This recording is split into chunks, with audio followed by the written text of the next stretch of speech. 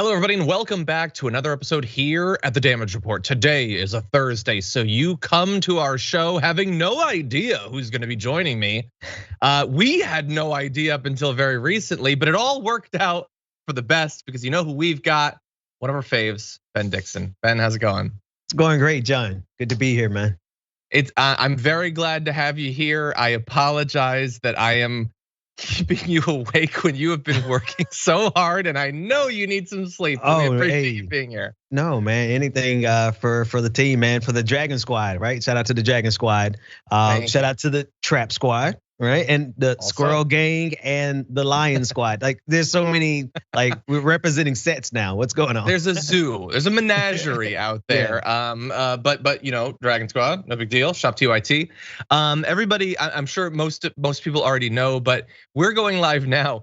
Ben's already been broadcasting for like 8 hours at this point. Not totally 8 hours. I certainly have been up for 8 hours, but no, man, the morning show was great, and I'm ready to go, man. There's some I know you've got some great clips for us to respond to. I just might, and so we got about 90 minutes that we're gonna be hopefully joined by you as we take a tour through the news, and it's basically a tour through the bathroom. But that's what we got for you. Unfortunately, we're gonna be talking about the filibuster and Joe Biden, two things that go together like peanut butter and relish. And let's see, Fox News, are they actually changing on the vaccine? If they do, what might happen to them? We'll be attacking that in a little bit. AOC calls out the lazy ass people she needs to work with in Congress. We're gonna talk a little bit more about Jeff Bezos in space, but I swear I've got a good reason for it, and it's burning me up inside. And then we are going to take seriously conspiracy theory. It's been floating around. It's not a conspiracy theory, but conspiracists are spreading it. That just wait. Donald Trump's gonna become president. They've got a plan. It's got points, and I've got some points to make about it. So we've got that for you, and then a whole bunch of other stuff too. Tucker Carlson attacks a cop. It's gonna be fun, you know? That's what we got. So if you would hit the like button and share the stream, that would be awesome. And as we go through, if you want to send us comments, tweets, super chats, stuff like that, we will respond to your questions, answer your concerns, and let you make fun of people, and we'll laugh about it. So it's gonna be great. We're gonna do it together. And are you ready to do it, Ben? Let's rock and roll, man. Okay, let's do this thing. Joe Biden had a town hall, and at the town hall, he was asked about the difficulty that he is having, his side is having, in pursuing like all of its agenda. So the filibuster, the thing that's stopping him from passing bills, is it more important that he maintain that than make progress on his agenda? Well, he was asked that by Don Lemon. If you agree with the former president, he is called your as you call him, your old boss, that it is a relic of Jim Crow. It is. If it's a relic of Jim Crow, it's been used to fight against civil rights legislation historically. Why protect it? There's no reason to protect it other than you're going to throw the entire Congress into chaos and nothing will get done. All right. Nothing at all will get done. Oh, that'd be such a change. I don't know how I would deal with that, how I would process this new reality where nothing is done in the Senate.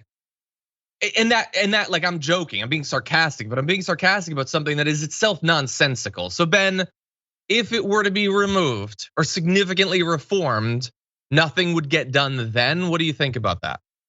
Well, the truth is, let's just cut to the truth. Joe Biden knows that if they got rid of the filibuster, then they would have no excuse as to why they're getting nothing done.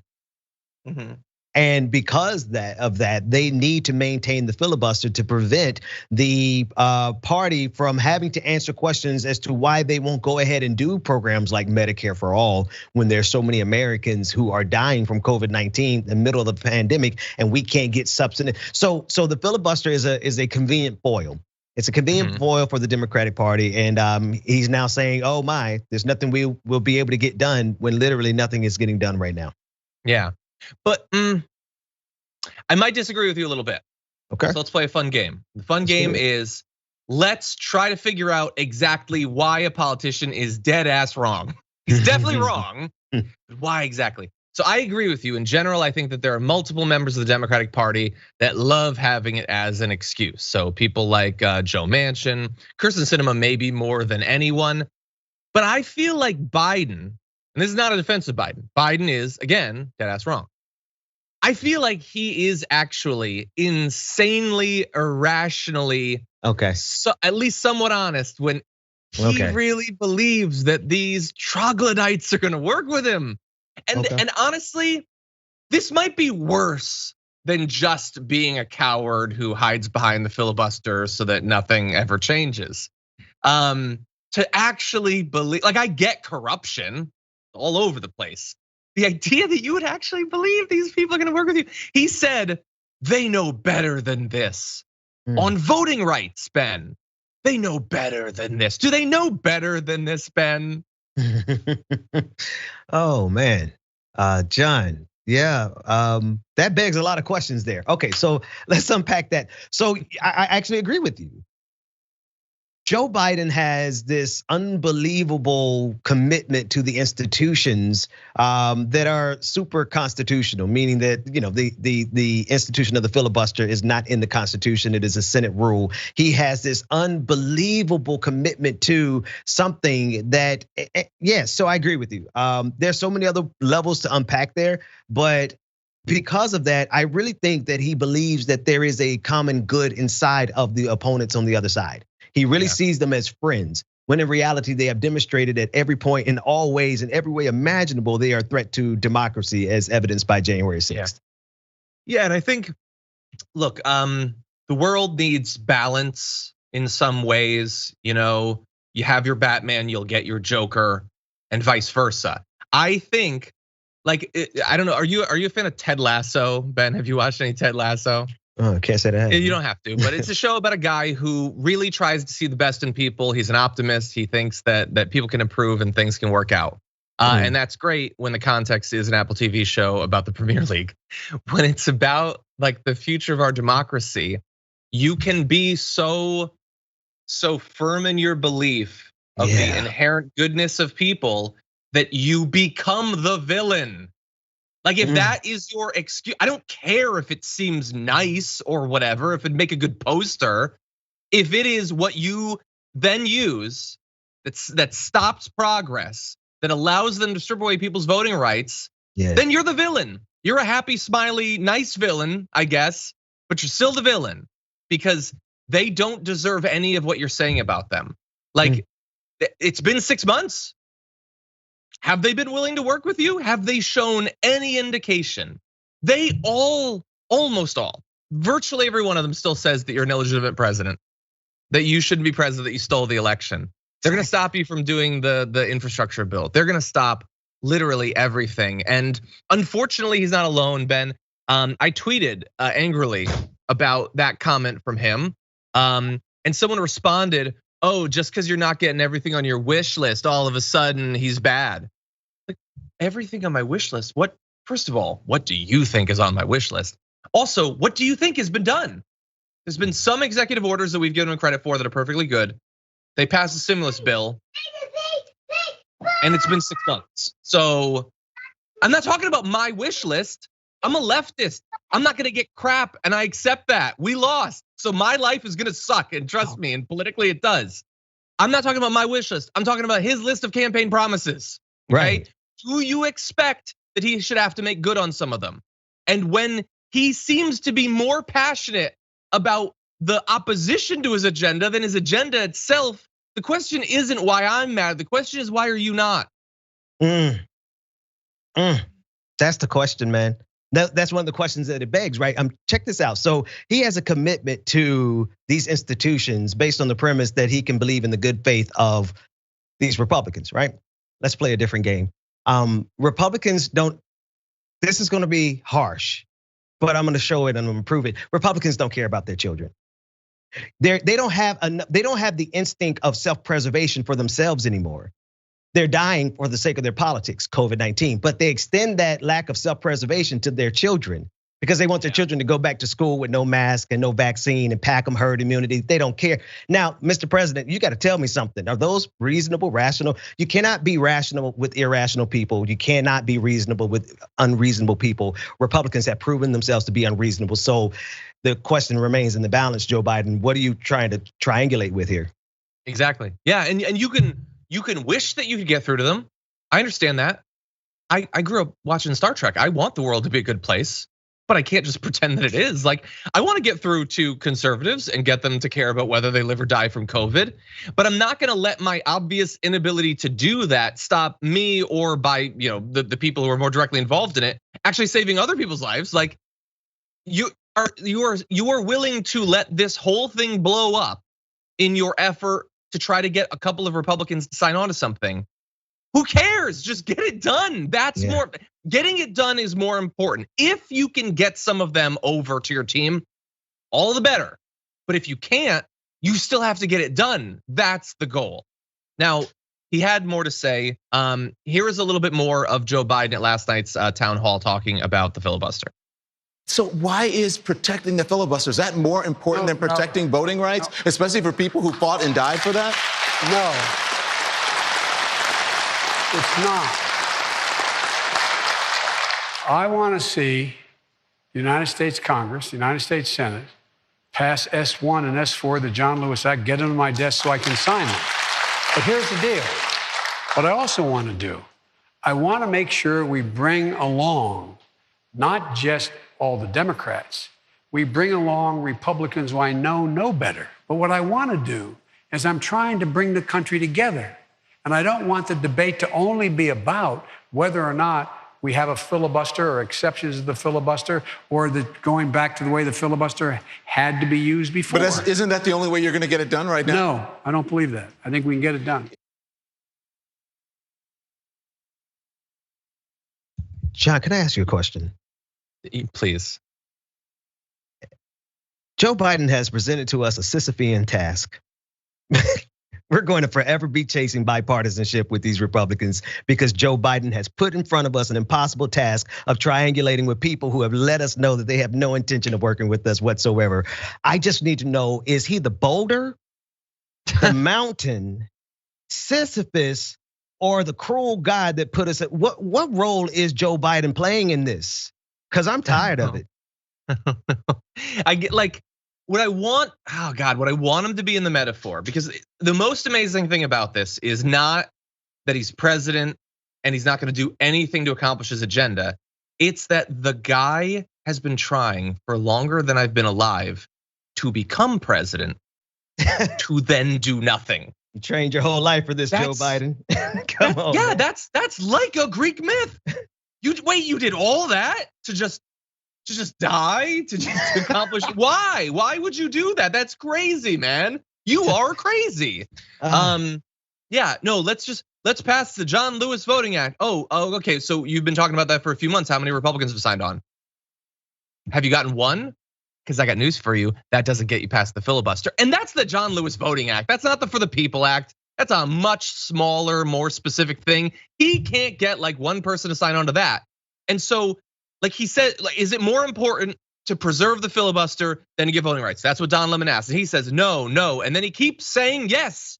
You say no, you explain yes, though. You clearly do think it's more important because and it's just an evasion to say, no, we can have both. We can have the filibuster and still get it done. No, you can't. It's not up to you. It's not up to me. It's unfortunately up to a few Republicans and possibly Joe Manchin. That's who it's up to. You don't have control over that. You need to do something else because this is crazy.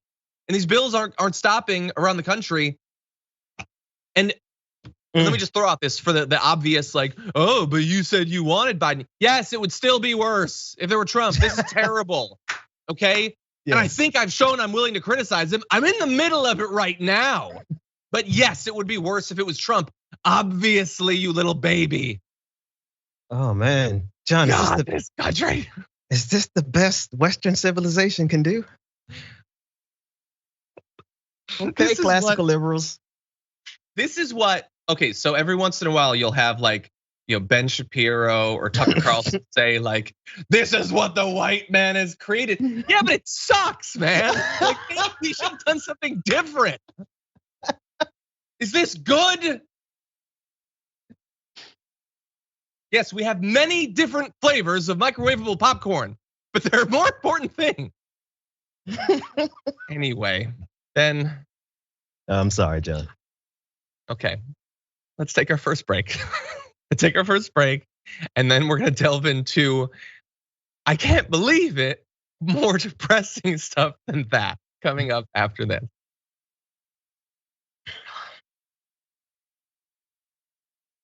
Okay, everybody. Thank you for being here. Let's see what's going on out there. First of all, thank you to those of you who have signed out as members. Brandon King joined at tier 2. Boricua Dragon at tier 2. Christopher Jennison, I just accidentally deleted that. And Tom South at tier 1. Thank you to all of you for becoming members and sticking with us. It's probably clear on days like this. I don't know if we'll ever succeed, but I know that the only way we'll ever succeed is by not giving up and by sticking together. So hopefully we'll do that. And hopefully someday, those of you who have had to go through the experience of 2016, who have had to go through the experience of the primary in 2020, all of those things suck, that'll never go away. But if we ever actually win one of these, that's gonna do a lot to make good on it. So let's work towards that. Anyway, in the super chat, Charles Massey says, we all should have dressed up as gorillas before Bezos landed. That's a good idea. We really should have done that. That would have been really funny. No, if they had like just had the capsule opens and they'd released a couple gorillas there, that would have been worth it. Damn it, man. Okay, Billy Shively says it's the Dick's Pie hour. Oh no, I'm sorry. You should be, Billy. Anyway, Heather says, fun fact, Dr. Evil was also a rich bald man who rocketed to space in a phallus-shaped rocket. That is true. That's true. No word yet on whether Bezos growing up spent his holidays in Bruges. Let's see, Non-Human Humanist says, I love Ben's show. I love this show, like it or not. And I like the crossover between the two. Yeah. Amorphous says, John, your idea yesterday on the bonus episode to hide the bag in the bush was exactly what I was thinking and how my wife also wouldn't let me. You're an incredible human. Thanks for all you've done for Indisputable. Much love. Thank you, Amorphous. I appreciate that. So this is, Anna was telling a story about going to a Dodgers game and they had to walk incredibly far from their car to the stadium. And then when they got there, they were told that they could only have bags that were clear. Both of them had bags. And so what are you supposed to do? Like we've walked a mile. God. I'm gonna say Felfoten gave a super chat dragon donation. Thank you, much appreciated. Forbesilla says, oh, this is a tough question. Ben, you dress up for the doc, but not for John. Well, I don't expect anybody to dress up. We could discuss that whenever you want to, but just gotta, rules of the house. Totally. And by the way, I came fancy. You can't match this, Ben. Look, I can't match Dr. Richie. I mean, with the, the tape is tight, the jawline is crisp, you know what I mean? And the analysis is fire. So Indisputable, it's the place to be. No, I really do imagine like he's obvious. He's always so put together. He's so hardworking. I just imagine like the beginning of his day, the camera comes on, it's his face. He throws off the blanket and he smiles, jumps up, no coffee, and begins working. That's what I imagine. And he gives that glare into the camera, right? Where he squares up with the camera, like, I see you, the center of my consciousness. I see you, people, America. That's Dr. Rashad Richie. Y'all should check that man out. And he's woken up by a tingling in his Karen senses. What's worth happening? Karens beware, Dr. Richie. Yep. With great Karen comes great responsibility. I wish a Karen would. Exactly. Oh, by the way, we'll do the read when we come back so that everybody can see it on the linear platform as well. But we have a read related to that. Okay, let's see. Over in Twitch. You guys have been busy. Warp Crazer subscribed for 9 months in a row. Mandy Tees for 8. Dadude Bob for 7. Thank you so much. More news after this. I made it. Are you worried? Sorry, I didn't mean to take you off target, man. Anyway, I looked back, I was like 9 seconds. I thought I had a minute. Anyway, thanks everybody for being here. Before we jump back on the news, and we do have a lot, I do want to let you know that after the show today, you can continue to watch with Dr. Rashad Richie and Dina Dahl, co-hosts. They're gonna have a debate with Nate Hochman. This is Indisputable, youtube.com/indisputable TYT. You should know this by now. And you should know this going forward. You know why? Because it's no longer an 8-week run. It's no longer a summer thing. It's permanent, baby. It has been picked up by TYT and it will be going on forward. So that means you get more bullpen debates with conservatives, more Wish a Karen would, more Dr. Richie and his amazing both set of co-hosts that he has, his amazing team. That's going to continue on in the future. So why not sign on? Go to youtube.com/indisputable_TYT and you can subscribe and watch the show going forward. Also, later on today, right after Indisputable, we don't give you a break, man. It's just 1, 2, 3. That's a lot of news for you. We've got Ray Actions with Rayvana, which is coming up at 4 p.m. Eastern time, 1 p.m. Pacific time. Rayvana was one of our 2 Twitch pitch winners. And so you can see Rayvana on Ray Actions. You can also see Rayvana coming up very soon on the Damage Report. What do you know? I can't confirm a date, but it's gonna happen very soon. So definitely look forward to that. And with that, why don't we get back into the news? America, we're in this together. And if you can, get the vaccine. For information on vaccine sites, visit the vaccine finder on the homepage of foxnews.com. What? That was a PSA on Fox, and wait, did they say to get it? I heard that right. Yeah, no, they said to get it. They said you should get the vaccine. And this is sort of capping off a week of occasional begrudging acknowledgement of the seriousness of COVID. Let's see, you had Steve Doocy encouraging people. You had Sean Hannity saying to take it seriously. He didn't say go get vaccinated, but he said to take it seriously. You had Brian Kilmeade, in the middle of spreading massive misinformation that would lead people not to get the vaccine. He did say that he was vaccinated, so that's all good. However, you know what's coming earlier in this week after Sean Hannity told people to take it seriously. Tucker Carlson seemed to, without naming him, after all, he is a massive coward, throw some shade at him. That continues, by the way. Let's see what happened on Tucker Carlson last night. Why all of a sudden in the last 48 hours has there been this almost coordinated effort of people on the establishment center right kind of virtue signaling and telling every single person to get vaccinated, while we're starting to see this kind of disturbing increase of activity on the VAERS database? Okay, so Charlie Kirk also a magnificent coward because he's just talking about Fox. That's all he's talking about. He won't say it.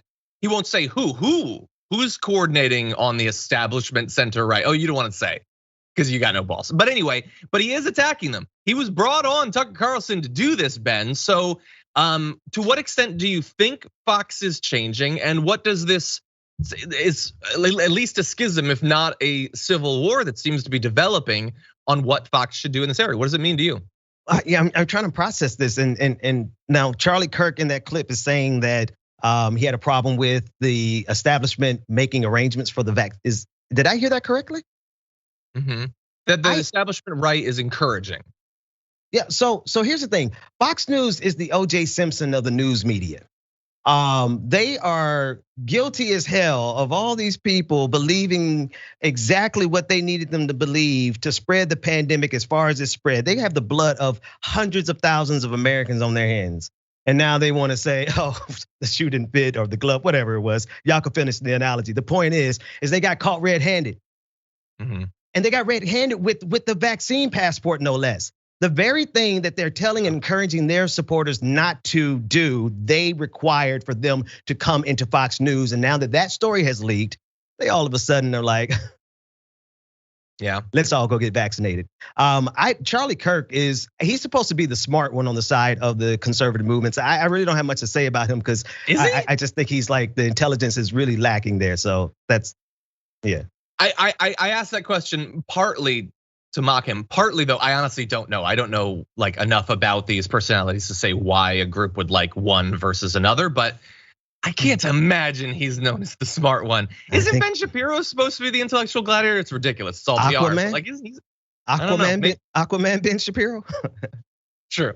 Yeah. So look, I agree. I think that Fox changing this late in the game, we can still criticize that. But that said, it's not changing uniformly. I mean, Tucker Carlson attacked Sean Hannity without naming him because again, he's a coward. Charlie Kirk was brought on to do the same thing. Again, how any right winger has ever been thought of as an alpha, I find to be amazing. Like, name an actual name. In the same way that you keep saying you have questions and I'm begging you to ask the actual question, say anything specific, you little cowards, but they won't.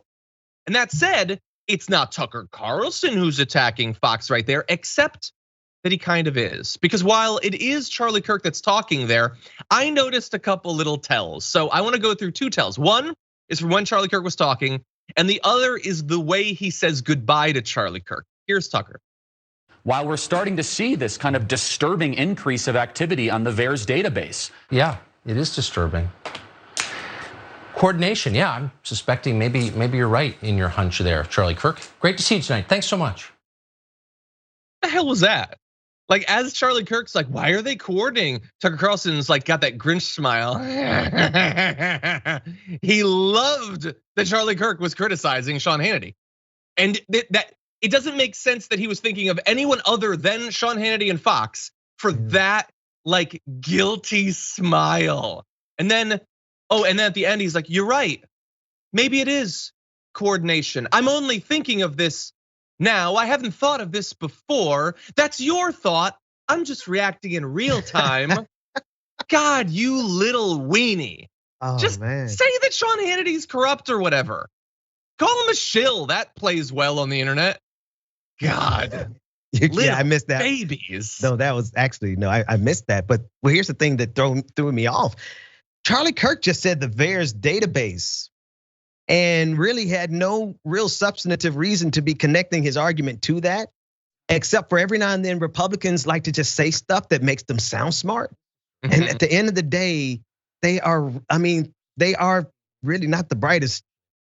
Whatever. I mean, Charlie Kirk really does not deserve to have the platform that he has, but because he's willing to go as far as Tucker Carlson wants him to go on behalf of this COVID conspiracy, and he just says the VAERS database, all of a sudden he gets the platform on Fox News to help spread this misinformation. Yeah, exactly. I mean, I can only imagine other, equivalents to Charlie Kirk are going to be like attacking Fox, knowing that increases their chances of being brought on. And by the way, the lack of intelligence in the VAERS thing, we're gonna have a video for you in a little bit that is hilarious. Like, because I'm still trying to figure that out. I'm surprised Charlie Kirk was able to turn on his computer this morning, honestly. So anyway, we're gonna get to that in a second, but I want to focus a little bit more on Tucker Carlson. So as I have been trying to make the case here, Tucker Carlson is a massive weenie, a little coward who will never specifically say anything, as he obviously is campaigning for people to not get vaccinated. And I want to show you a little bit more of his squirrely language. So here he is, he's gonna have Charlie Kirk on or whatever, but here he is talking about the media. I mean, why is a news channel doing this? Any news channel, a lot of them are. I mean, CNN's in-house doctor ran Planned Parenthood. She's not in the life-saving business. These are not physicians, these are not experts, and yet they're speaking with this moral authority.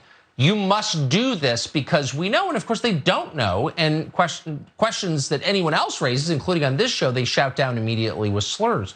Like, when did this become their role to do stuff like this?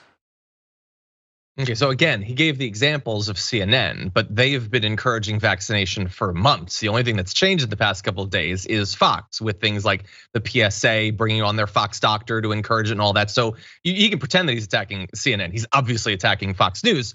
But there, he said a couple of things that I found to be amazing, Ben. He said they're acting as if they know, but they don't know. And he just sort of like, he didn't say what is it that they're pretending they know, but they don't know. Again, why won't you be specific? Let's fill in the blanks. They know what? They know how much less likely you are to get COVID if you have the vaccine. No, we do know about that, about how much less likely you are to have a severe case of COVID that puts you in a hospital. No, we do know about that, about how much less likely you are to die if you have the vaccine. We do know about that, Tucker, which is why you won't ever say specifically what you want to know. And again, he says, why do they slur me if I say I have questions? Stop saying you have questions and ask a goddamn question. That's what I want out of you, you little coward. Say anything specific, but he won't, and they don't expect it. He just babbles on and on with his weird plastic face making weird expressions, and they pretend that he's really saying something when he is never, ever, very specifically not saying anything. Others, they can hide behind ignorance. Charlie Kirk can try to make a point and he'll never land on anything because he's a dumb individual. Tucker Carlson is by design not saying anything specific, nothing verifiable, nothing that can be fact checked because he's not even pretending to say any facts.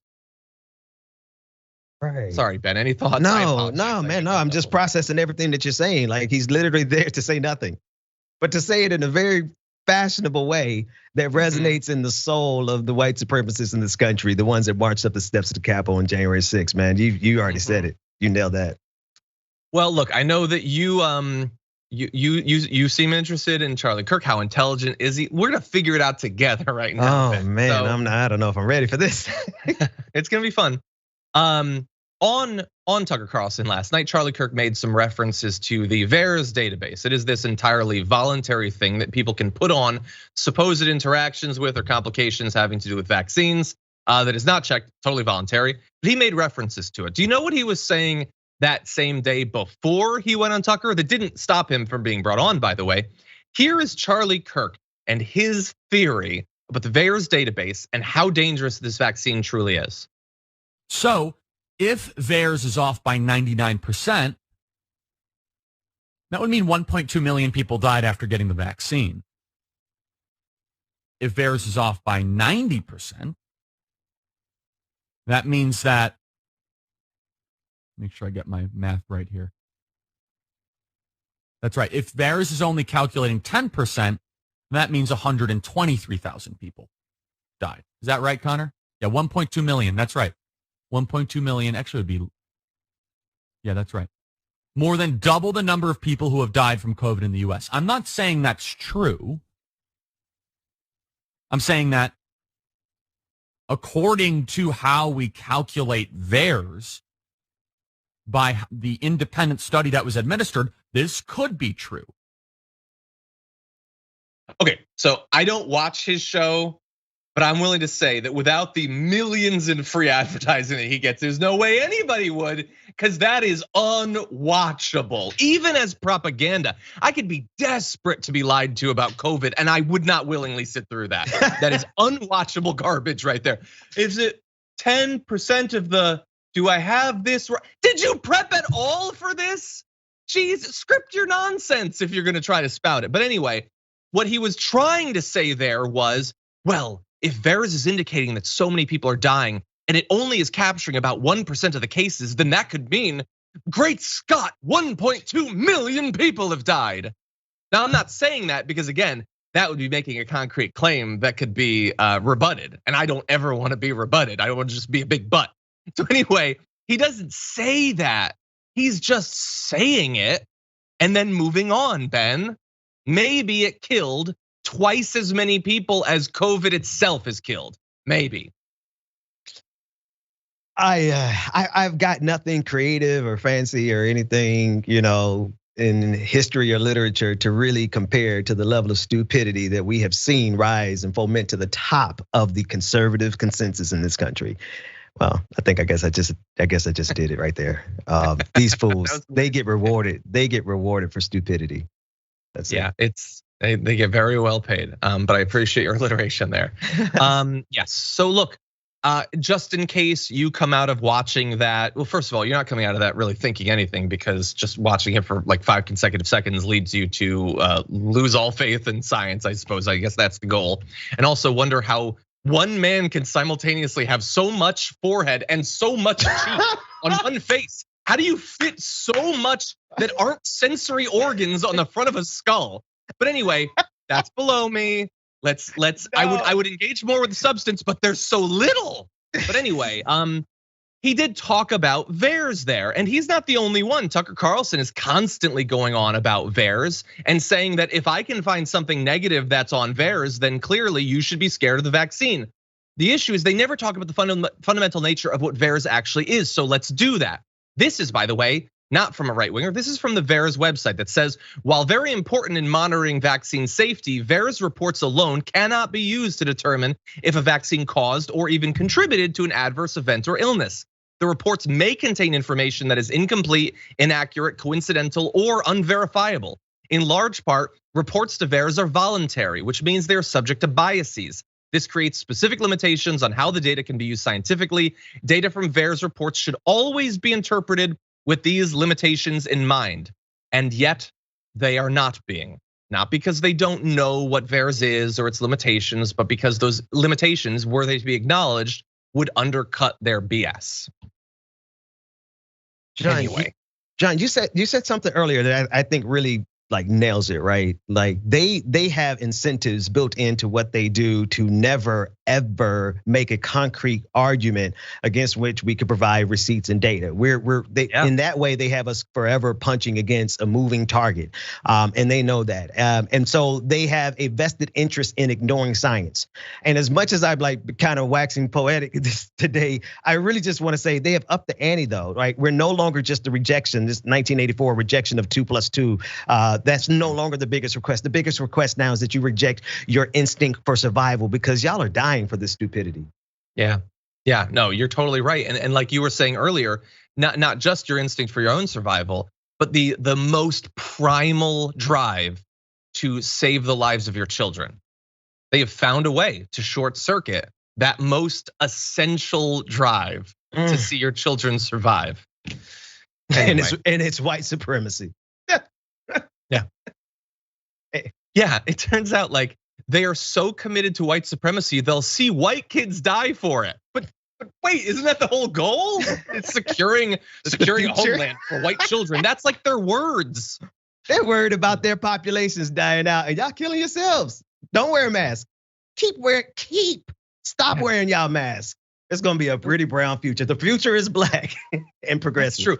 It's like how QAnon says they care about kids, but they don't care about Matt Gaetz or any of that stuff. It's like they don't like fake pedophilia, but they're perfectly fine with real pedophilia. In the same way, they're like obsessed with white genocide in South Africa, and they're participating in white genocide in Georgia. Anyway. Don't die, conservatives. I care about your life more than Charlie Kirk and Tucker Carlson do combined. That said, this is gonna make people uncomfortable.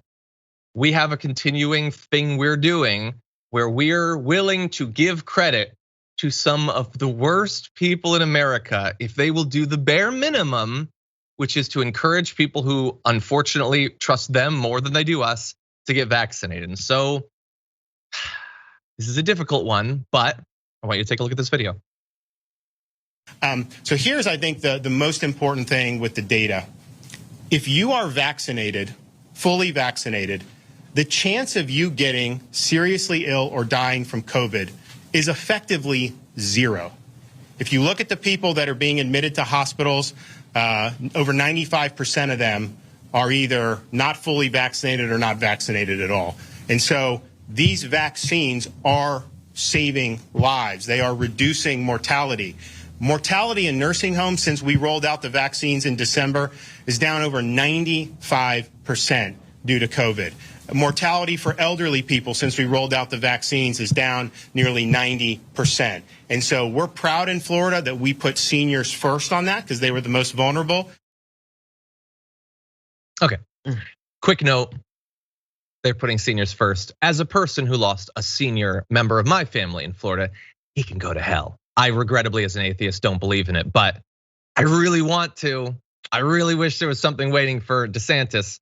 That said, my own personal biases due to loss of life in my family aside, Florida is being very hard hit, Ben. More than 20% of all the COVID cases per day are just in Florida, and potentially a lot of lives are on the line. So how much credit should we give DeSantis for encouraging people to get vaccinated? John, I'm sorry you lost an elder as a result of this foolishness. And I just think about all of the people, 630,000 families that are suffering because of this. Had Republicans just done this at the beginning of the pandemic, I'm quite sure there would be at least 400,000 people still alive. I think that is entirely possible. Yeah, that's all I got, man. Because it's the disingenuousness but it's fine. At least they're here now. You guys are here now, and so thankfully we're going to save a lot of lives because Republicans have finally come to some self-preservation instinct. Yeah, I hope so. And look, I'm not gonna pretend that I can't tell what people's motivations are. Yeah, like it's a good thing. Yay! I'm glad. I don't want more people to die in Florida. He's thinking about becoming president, and he doesn't want his record to look even worse than it already will. Because even though some people have been weirdly convinced that Florida did well in the pandemic, that's not in any way true. Tons of people died that didn't need to. That said, we see it. Like grifters love to turn on each other. So it's going to be interesting to see. Is Tucker Carlson or Charlie Kirk going to start attacking Ron DeSantis now? How open are they willing to be? Again, they don't like naming names because they're cowards, but will they go after DeSantis particularly? They ignore when Trump encourages vaccination. They just don't talk about it at all because they don't agree with him, but they also don't want to be seen criticizing him. Will that apply to DeSantis, I wonder? Any thoughts? I let them fight. I'm thinking of the Godzilla scene. You see two monsters. Neither one of them have done good for anyone. Let them fight. Yeah, I'd watch that. Okay, everybody, we've got a second break, but come back in just a few. Well, actually, most of you are still gonna see this, but if you're on linear, come back in just a few because AOC's got a bone to pick with some of her colleagues. We'll show you that after this.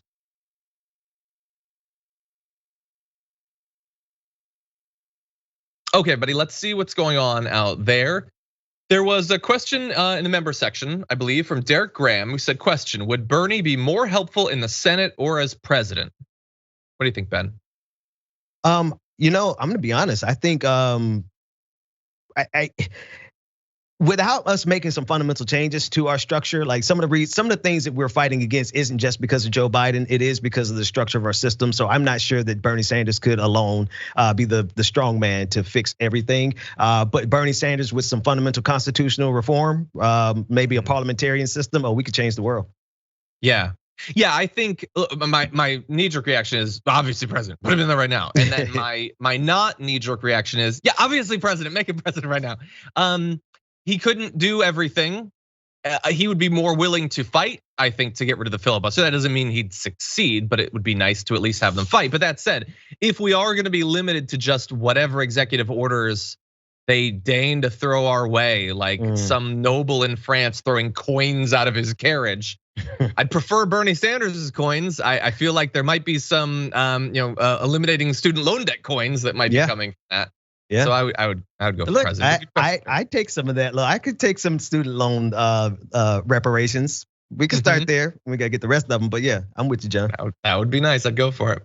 By the way, we did a story yesterday. I think this is from yesterday. Marjorie Greene had a press conference and she was sitting at her desk. There was like nothing on it. And Beverius says YouTube people have better sets than that. Which is totally true. It's worse than you're an average independent YouTuber. You're a congresswoman. Anyway, okay, let's see. Daniel Johnson says in the super chat, the only way to defeat the elites politicians is to become self-sufficient and refuse their way of life. We are still slaves, hit them in the money. Yeah, I mean, we also want to take over. We don't want to just, like be self-sufficient in the woods or whatever, but I get what you're saying. And certainly, we don't need to participate any more than is necessary in this capitalistic system. Franklin Sharpslicer says, and angels of sanity said, if you can find one righteous Republican, I would not destroy them, Biden said. I think I can, ahem, but could not, I exalt. And when he turned, they turned into a pillar of salt. You lost me a bit there. I like the religious references though. Thank you, Franklin, much appreciated. Okay, let's see, Lazy Peon says, John, not sure all of the doc's guests are great. Heard he had on a scruffy nerd who calls himself daddy one time. Just kidding. Anyway, thank you, Stone Eagle Dragon. Fellow Futton, and I really hope that I'm pronouncing that right, and I'm sure that I'm not, says Tucker Carlson is super frustrating, 100%. Chris Nesbitt says vote for a Ben Dixon emoji. I thought we had a Ben Dixon emoji on YouTube. We don't? We gotta get one. Okay, let's see. I feel like, postcards from Meh subscribed for 6 months, much appreciated. Mother effing Woman Dragon gifted a tier 1 sub. Thank you so much for that. Okay, Bookish Dragon subscribed for 6 months. Says hashtag Bezos bucks, much appreciated too. See Missile subscribed for 14 months. That's right up there near the most I've seen.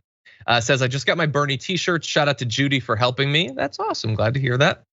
Kelly June gifted 2 tier 1 subs. Thank you, Kelly June. Iryman gifted 1 as well. Thank you so much. Okay, Depressed Progressive says, last night the moon in Pennsylvania was almost fluorescent orange due to the fires in the Pacific Northwest. Well, silver lining, it's the apocalypse, but sometimes it looks cool, yay. Anyway, more news after this.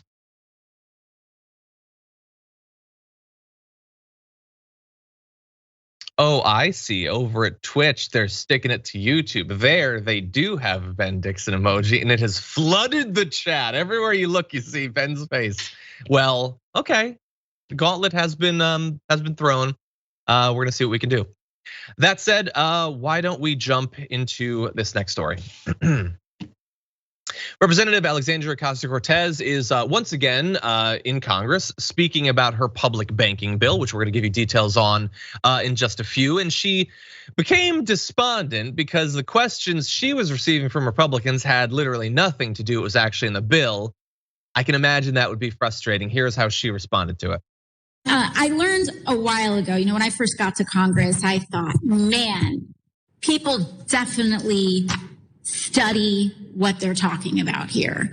Then I got here and I realized that a lot of my colleagues don't even read the bills that they are commenting on. But for anyone who is curious, it's right here at the desk. We're making lots of statements that have nothing to do with the legislation. And frankly, if I made comments that very publicly demonstrated that I didn't read the legislation I was discussing, I'd be embarrassed, but that is an aside. It's an aside, I appreciate it. Ben, what did you think? Oh, that brilliant sister. She just tapped into the essence of everything we're talking about right now. The confidence of their mediocrity, man. Like these fools get into Washington, D.C. and they're like, oh, we're rich, we're conservative, we're white men. All we have to do is conjure up anger like Lindsey Graham did on behalf of Brett Kavanaugh, who conjured up anger on behalf of trying to protect himself from his history. And that's all they had to do is go up there and be angry. And he became the Supreme Court justice who loves beer, right? But no, when we talk about the discernible skill set of these politicians, like they're sorely lacking. And I would be, for one, embarrassed to be known to be this stupid as an elected official in the United States of America. Yeah, AOC said it. Unfortunately, Ben, that is what you just described there makes total sense to me, and is also a reason why I guess you're never gonna make it in Congress, baby. Because you have to have, like, you think that Louis Gohmert finishes a speech, goes back to his office, and is like, I really didn't sell that. My constituents have high expectations of me. Am I making good on those? No, John, I get. If I edit my podcast incorrectly, I'm like, I'm really disappointed in myself. I've fallen. These people who get up there and literally would lead to there was no necessary apocalypse necessary. They would be the cause of the apocalypse and expect us to thank them. That's what we're dealing with here. No, if I was a senator and I tried to disprove climate change by bringing a snowball onto the floor, I would hide in the woods for the rest of my life. But these people can't be shamed, which means that while what AOC said there, I totally agree with. I get it. I wish that shame worked in government. These people cannot be shamed. Marjorie Greene, she knows who she is to the extent that she can know anything. She knows who she is. She's fine with it. I don't know how. I couldn't bear a few seconds of it, but she knows who she is. And so, no, they look, not reading the bill is bad enough, or I would say more importantly, not being familiar with what's in the bill so that you can ask intelligent questions. The bigger issue, of course, is not engaging with the actual issues that face the American people. So now we're gonna turn to the opposite of that, the, 4 people in government who try to, including AOC, who held that hearing on the public banking bill. So let's jump ahead a little bit and find out what it's intended to do. Hopefully some Republican congresspeople watch this video so they'll know too. The Public Banking Act would foster the creation of public banks across the country by providing them a pathway to getting started, establishing an infrastructure for liquidity and credit facilities for them via the Federal Reserve, and setting up federal guidelines for them to be regulated.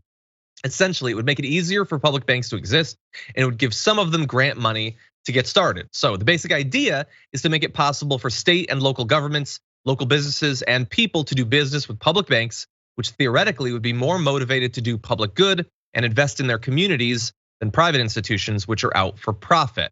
The intent of the proposal is to try to guarantee a more equitable recovery from COVID by providing an alternative to Wall Street banks for state and local governments, businesses, and ordinary people, and by ensuring such banks provide services to historically excluded and marginalized groups. The public banking bill also does double duty as a climate bill. It would prohibit public banks from investing in or doing business with the fossil fuel industry. And so, as with many other pieces of legislation that either Representative Ocasio-Cortez or other members of the squad had put forward, they are solving problems, addressing actual issues out there with an understanding of the sort of intersectionality of public policy, how it affects different areas, and trying to make, regardless of what area of the economy that they're working on, whether it's public housing, public banking, whatever, they're also understanding that all of this interfaces in some way with the climate crisis. And so they have an understanding of that. I can't say that every detail in this legislation is perfect. That's beyond my pay grade, but it certainly seems like a good idea worthy of serious discussion in Congress. What do you think? I consider the motivation behind banks like Bank of America, Wells Fargo, and the fact that during the pandemic, banks like that made somewhere between the tune of $24 and $32 billion in overdraft fees during the pandemic. Oh God. We need public banks. Yeah, that's it. That's all I got to say. We need public banks. Jesus. Okay, well, let me give you just a little bit more. This is so Rashida Tlaib, also writer of the legislation, said it's long past time to open doors for people who've been systemically shut out and provide a better option for those grappling with the costs of simply trying to participate in an economy they have every right to, but has been rigged against them. A great statement by Representative Tlaib. And AOC said public banks are uniquely able to address the economic inequality and structural racism exacerbated by the banking industry's discriminatory policies and predatory practices. Public banks empower states and municipalities to establish new channels of public investment to help solve systemic crises. So there's another area. Again, I know there's people who somehow have convinced themselves that structural racism doesn't exist, but banking is certainly one of the areas that it has existed in since there have been banks. Right now, by the way, 6% of adults don't have any sort of bank account. This could help in many parts of the world, including in many parts of the country, including in rural parts of the country, to fill that gap. So this is what we need. We need an endless string of pieces of legislation like this. But again, like unless it's put in the reconciliation bill, is it going to pass with a filibuster? Why would Republicans turn against this? I don't know, but my gut says that they will. John, I've been unbanked before. I have been one of the people who had to stand in line at check cashing store before. And the only reason I say that is because a lot of times in these conversations, we really don't we don't really identify with how many people actually go through these things, right? Yeah. And I want everybody to just take a minute and ask yourself how much money you would have left over if the banks did not take overdraft fees from you over the last 5 years and what you could have done with that. That's why we need public banks. And this is what makes Republicans so insidious. While we laugh at their stupidity is a facade to make sure that we never really get some public goods like a public bank. Exactly. Okay, we have a few more minutes in this first hour, so we're gonna move on to our last story. For the conspiracy theorists and smears out there, this is the D block and we're covering it, okay? So get ready for that. Jeff Bezos joined the Billionaire Space Club earlier this week, and it was the talk of the town. A lot of it mocking, which I liked, but it was talked about quite a bit. How much? Well, MediaMatters has done an analysis, and there were 212 minutes of broadcast TV morning show coverage on his July 20th flight, 212 minutes. The entirety of their coverage of the climate crisis last year was 267 minutes. So pretty comparable. 1 day's space flight by a billionaire and the crisis of our climate. And look, they acknowledge that, in 2021, these shows have been doing a little bit better. They've been covering some of the extreme weather events, and in some cases, although far too rarely, linking it to climate change. But I mean, this really does crystallize the priorities for these sorts of shows, Ben. Yeah, I'm fascinated with the level to which we're comfortable making idols on this planet. Like we lift up people like Jeff of all people, Jeff Bezos, that's who we're gonna lift. I guess the proverbial object that went into space yesterday, just the tip of space, is emblematic of, anyway, I have a lot of jokes here that I can really go through, but I'm not because I don't know where we're broadcasting. But the point is this, y'all, we could do better. We need actually no idols, no gods, no masters, no billionaires. Sit down, Jeff Bezos, and let's take care of this planet before you go and just try to colonize space. And I know that he'd been planning to do it for a while. Like he wanted to get in that, I don't know, rocket anatomy. I guess it would be the shaft or whatever. He wanted to get in there and he wanted to fly. But the thing was, with Branson getting so much criticism, there was time for him to pull out and he didn't. Anyway, God, we're the worst. So here's the thing. I want to help solve this problem. It's not enough to just point out that there is a problem. So to those morning shows, like I get it. A rocket going off, that's, you want to see that explosion or whatever. That's going to be great. Okay, that's exciting. You know what else is exciting? I guess, while tragic, climate change. Because the thing is, like, you could do a bunch of coverage of, for instance, the floods in China. So death toll is rising. They love when there's like death and these sorts of things. Subways are flooding. You can show the screenshot anytime. And like people in the subways are potentially losing their lives. It's devastating flooding there. If you don't want to go that far, they don't love covering China. They don't want to seem like they're too positive on China. Europe is flooding as well. Deadly floods in multiple countries that are devastating towns, tearing apart castles and taking many lives. You get to talk about that. How about this? Siberia's currently on fire. Literally millions of acres have burned. It's causing what they're calling the airpocalypse. And I thought you guys loved those sorts of terms. That's just this week. There's 5 heat waves, 5 heat domes in the Northern Hemisphere right now as we're filming this. That's 1 week. You could find stuff to talk about if you really wanted to. And I would really like it if you would prioritize it a bit more in the future. Anyway, we've only got another minute, but final thoughts, Ben, on this? I don't know what's wrong with me today, but the apotheosis of capitalism is Jeff Bezos going into space. And the result of it is the destruction of our environment. Folks, we deserve better. We do. And there's not much time. Okay, we are rapidly running out of time. So I will remind you as we close out this first hour that we are gonna be returning after a short break. We're gonna have about 25 more minutes for you talking about things like Trump possibly becoming speaker, Tucker Carlson going after one of the Capitol Police members who fought the mob, as well as a video game company currently being sued, some really horrible details there. But once we're done with that, you've still got more to look forward to, including Indisputable with Dr. Rashad Ritchie. That'll be coming up right after our program. Right after that 90-minute show, you've got Reactions with Ravana, one of our Twitch pitch winners. So that'll be broadcasting on Twitch. So we are just getting started, and that takes you most of the way to the Young Turks. So we got a lot to look forward to coming up today. But that said, to our linear audience, thank you. For those of you on YouTube and Twitch, we will have more for you in just a few.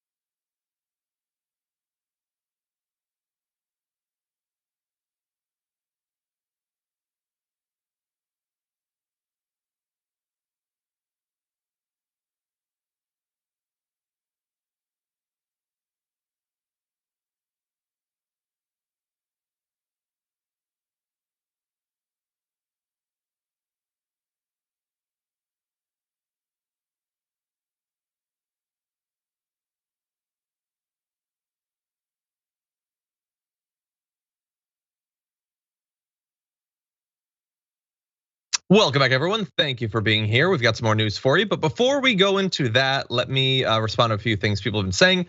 Over on Twitch, Melanie says, you've got Nina Turner and AOC together this Saturday in Cleveland, Ohio, door knocking and phone baking live. Show up and show our girls some love and support if you can get out. All help in any way is appreciated from all. Mike from PA will be there as well. That's awesome. Do you have any idea how bad I wish I could be there? Unfortunately, I can't, but that's awesome.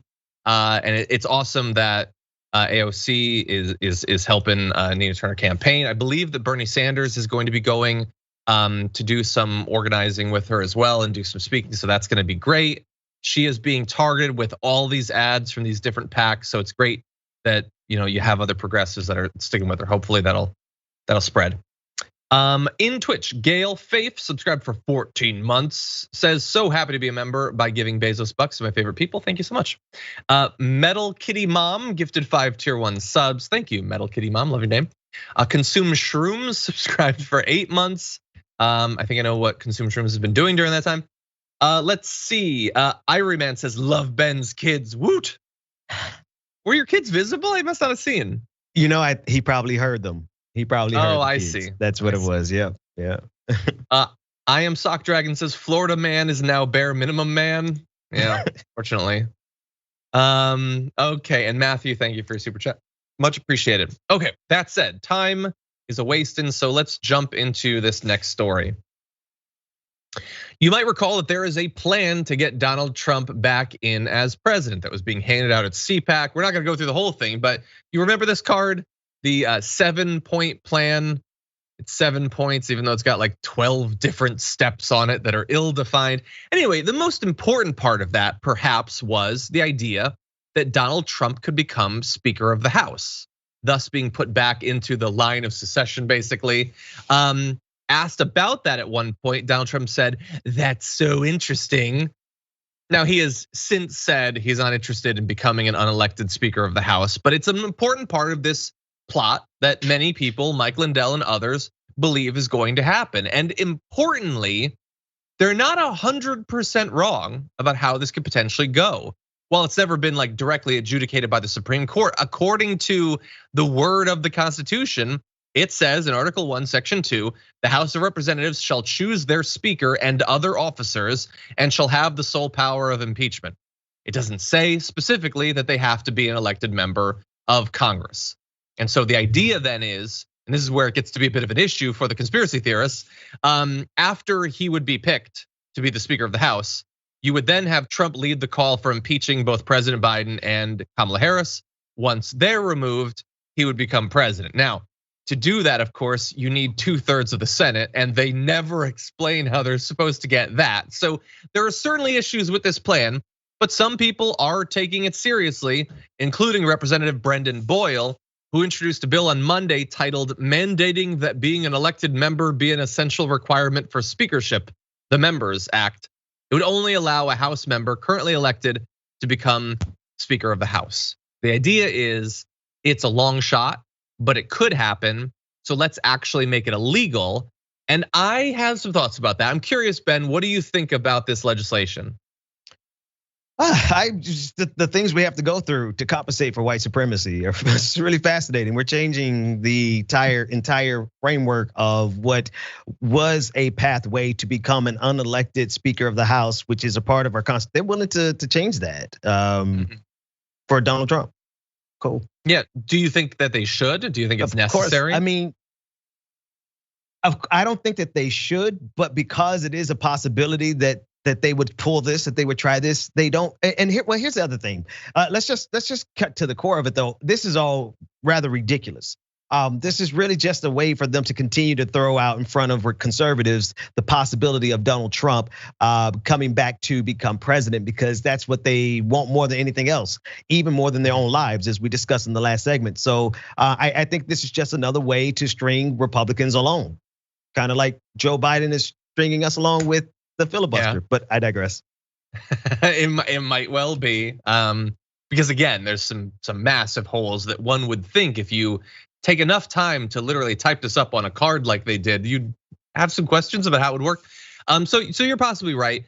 I will say, look, I think it should be explicit that you have to be a member of the House. Obviously, the officers of a body should come from the body, one would hope. That said, that's not what the Constitution says. Doing this legislation, first of all, I don't even know if it's strictly speaking, it would be constitutional, because it seems like you're trying to amend the Constitution via this. So all it would really be more likely to produce is a challenge in the Supreme Court, where they would have to rule in the legislation, which I imagine would be unconstitutional, but where they would come down on the actual intent of the Constitution, I don't know. But that said, like, while I think it should be changed, you probably have to amend the Constitution if you want to do that. So good luck, clearly. And I would say that regardless, this sort of thing, I think, has a chance of doing more harm than good. I do not believe that Donald Trump is going to become the Speaker of the House. Is it impossible? No, we live in hell. Anything is possible in hell. But that said, they have this set of conspiracy theories that the elites are all doing whatever they can behind the scenes to stop Donald Trump from becoming the rightful president, which he really is. When you do something like this, whether this actually fits into that model or not, I think it feeds into that idea. This is never going to become law. It's probably not even going to be that pursued, but I have no doubt that the right wing will take this up and say, look, here is the deep state once again trying to stop you from having your MAGA emperor. So it seems like it's much more likely to do damage than good, I think. I don't know. What do you think, Ben? No, I absolutely agree. And look, it's the catch-22 that like they're never going to get it accomplished, but they can continuously put it out there for them to chase, and continuously use that as a way as to be a source of disappointment, thereby fueling the aggrievement, the white grievance complex. Like this is just going to be another thing for them to feel like they're oppressed around. Yeah. By the way, really fast, for that plan to work anyway, they would have to take control of the House of Representatives, which I have 2 bits of evidence that are going to influence an evaluation of whether that's going to happen. So the first is polling. Quinnipiac University poll published in May has found that 40% of voters say they want Republicans to win the House, 49% say they want the Democrats to remain in House, and whether they want candidates that agree with Trump or not, 39% said they want a Trump-aligned candidate, 53% not. So according to the polls, the American people want the Democrats to remain in control. But I think I'm gonna side with the evidence of what I've been seeing over the past 6 months. And I don't know, Ben, as of right now, I think the idea that they will maintain control of the House, partially because they're bungling their time in control, partially because of voter suppression, gerrymandering, and all of the insane amount of additional stuff that's gonna be done this year and next year, I have basically no hope whatsoever that they will maintain control of the House. Right, because they have an impossible proposition in front of them. Democrats really want to be able to maintain the status quo as it is without fundamentally changing anything. But Republicans have struck at the core of their power base, because despite the fact that the polling that you just showed, that showed that the majority of Americans absolutely want Democrats to remain in power, for whatever reason, they absolutely have made it their mission, Republicans, to ensure that that won't matter, because they're instituting voting suppression bills all across this country at every single level. Therein lies the impossible task for the Democrats. You either get rid of the filibuster and remain in power, or you lose power and actually have to do something for the people by getting rid of the filibuster. I didn't stick the landing, but I was close. I like it. See, that's watchable. Charlie Kirk should take some notes. Anyway, yes. They're gonna aren't they supposed to be ambitious? Aren't they supposed to want to stay in power? You're throwing it away. I don't get it. They're supposed to at least be power hungry. They're not even power hungry. Anyway, okay, we've got some other news, so let's move on to our next topic. I think we've got time for both of these. We'll see how it goes. We're about to have the hearings on the attack on the Capitol on January 6th. One of the individuals who's going to testify first on July 27th is Capitol Police Officer Harry Dunn, who back in April told Joy Reid in an interview that black officers fought a different battle than everybody else as they endured both physical trauma and racist slurs while fending off supporters of former President Donald Trump who were attacking the Capitol. So I believe he's one of the officers that was captured in a lot of video, an incredibly traumatic experience, I'm sure, surrounded by Trump supporters who wanted to murder you while chanting about how they back the blue or whatever. And so he is going to be testifying, and I imagine he's not going to say things that Trump supporters are going to like. So like almost 2 weeks in advance of, I guess a week and a half in advance of him testifying, the campaign to discredit him has begun. And so last night, Tucker Carlson launched a preemptive attack against this Capitol Police officer, and here it is. So the committee will proceed with one party. What will it look like? We'll think MSNBC with subpoena power. On Tuesday, Pelosi will call a Capitol Police officer called Harry Dunn. Dunn will pretend to speak for the country's law enforcement community. But it turns out Dunn has very little in common with your average cop. Dunn is an angry left-wing political activist whose social media feeds are full of praise, not coincidentally, for Nancy Pelosi. Here's a picture of the two of them together. Racism is so American, Harry Dunn wrote in one post, that when you protest it, people think you're protesting America. Hashtag leave it to whites to tell blacks what is racist. Hashtag I stand with Ilhan Omar. Hashtag squad.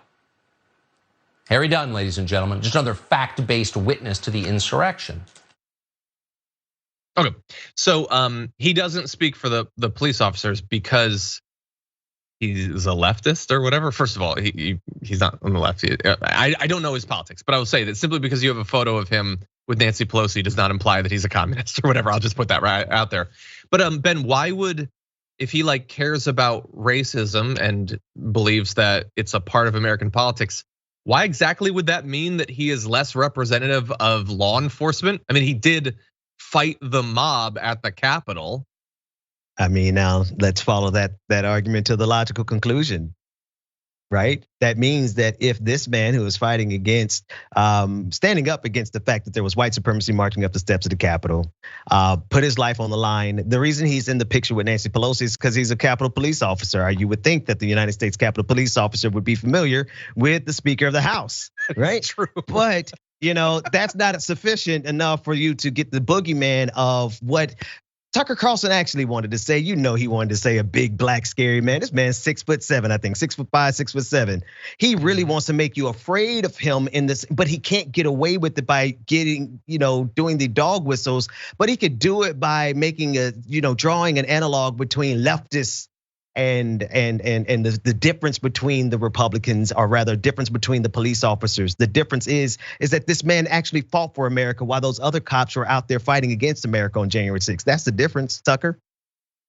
Yeah, definitely. He's, by the way, he served in law enforcement for 13 years and could have been killed on that day, January 6th. But again, the reason I point this out is like, it's bad enough.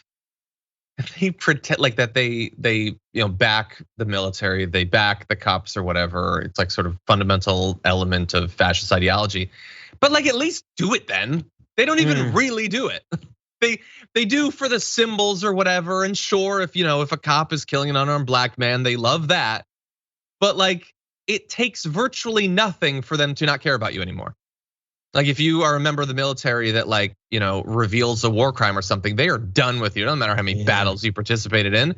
If you're a black cop who doesn't want to strangle Nancy Pelosi on sight, screw you and your years of service. That doesn't count for anything. If you're John McCain and your plane crashed, they can mock you openly. It doesn't matter. If you're a Gold Star family, they can spit in your face. Nothing buys any actual respect. It's all symbols to these people. And so again, he's never gonna be specific. He's never gonna specifically try to make some sort of philosophical case for why if you're a cop and you tweet something that seems democratic-ish, that means you're not a cop anymore. Because he would never say that if you're a cop and you say something that's right-wingish, that means that you don't count, or that your service doesn't merit any respect. They would never actually try to make that case. They just speak a little bit around the edges and give you reason to say, yeah, F that cop, he doesn't count. So that's what they're doing. And you're gonna see a lot more of that as these hearings proceed. John, you'll notice in that clip, you reminded me of something I noticed in that clip where he quotes Harry Dunn and he reads the tweet, but then he adds on an entire section of hashtags that are literally not in the tweet. Yeah, I don't know what that's about. That's because the tweet itself is no longer sufficient to scare white people. White people understand that racism is so America that when you protest it, people think you're protesting America. That's not enough because white people are getting that through critical race theory. What's terrifying is when you say hashtag Ilhan Omar. That's nowhere in the tweet. And I challenged Tucker Carlson to say, if that was actually in the tweet, then show the receipts, put it on the screen. It wasn't, because he's doing his dog whistle propaganda job, which is to make sure that you contextualize black people to be someone to be feared by Fox News, white aggrieved conservatives. Exactly, yeah. Imagine being terrified of Ilhan Omar. Is there like someone who seems more delightful? I've never met her, but is there anyone who seems more delightful than Ilhan Omar? I don't know. Anyway, it's just disgusting. Okay, let's briefly go to this next video though. I believe we have the time. Harry Dunn, the Capitol Police officer who's going to be testifying, is going to face weeks of attacks from Fox News. But to give you an idea of some of what he might talk about, here's an interview he gave about his experience on January 6th. I was holding a hallway because they were trying to get down this area. They were saying how Joe Biden did not win the election and nobody voted for him. So I took the bait and okay, what about me? I voted for Joe Biden. Does my vote not count? And then a guy and his girlfriend, she had on a pink MAGA shirt, said, hey, this voted for Joe Biden, guys. Hey, everybody, this voted for Joe Biden. They said, you effing. So the crowd joined in. Everybody joined in with. Ben? If you don't believe this, man, I want everybody to take a second to think about that council member in Alabama who just became famous because he took the initiative to really just go out there and call a member of the city council a house N-word. Yeah. Because this man was an elected official and he stood behind the confidence of his white supremacy. We have evidence that y'all like to say this word, even in public. Y'all think you could get away with it. So I believe Harry Dunn, and I believe that every single one of them racists that marched up that the Capitol on January 6th are deeply rooted as much in their white supremacy as their white grievance that they pick up from Tucker Carlson and Fox News. Yeah, it's amazing. Like, what did this cop do?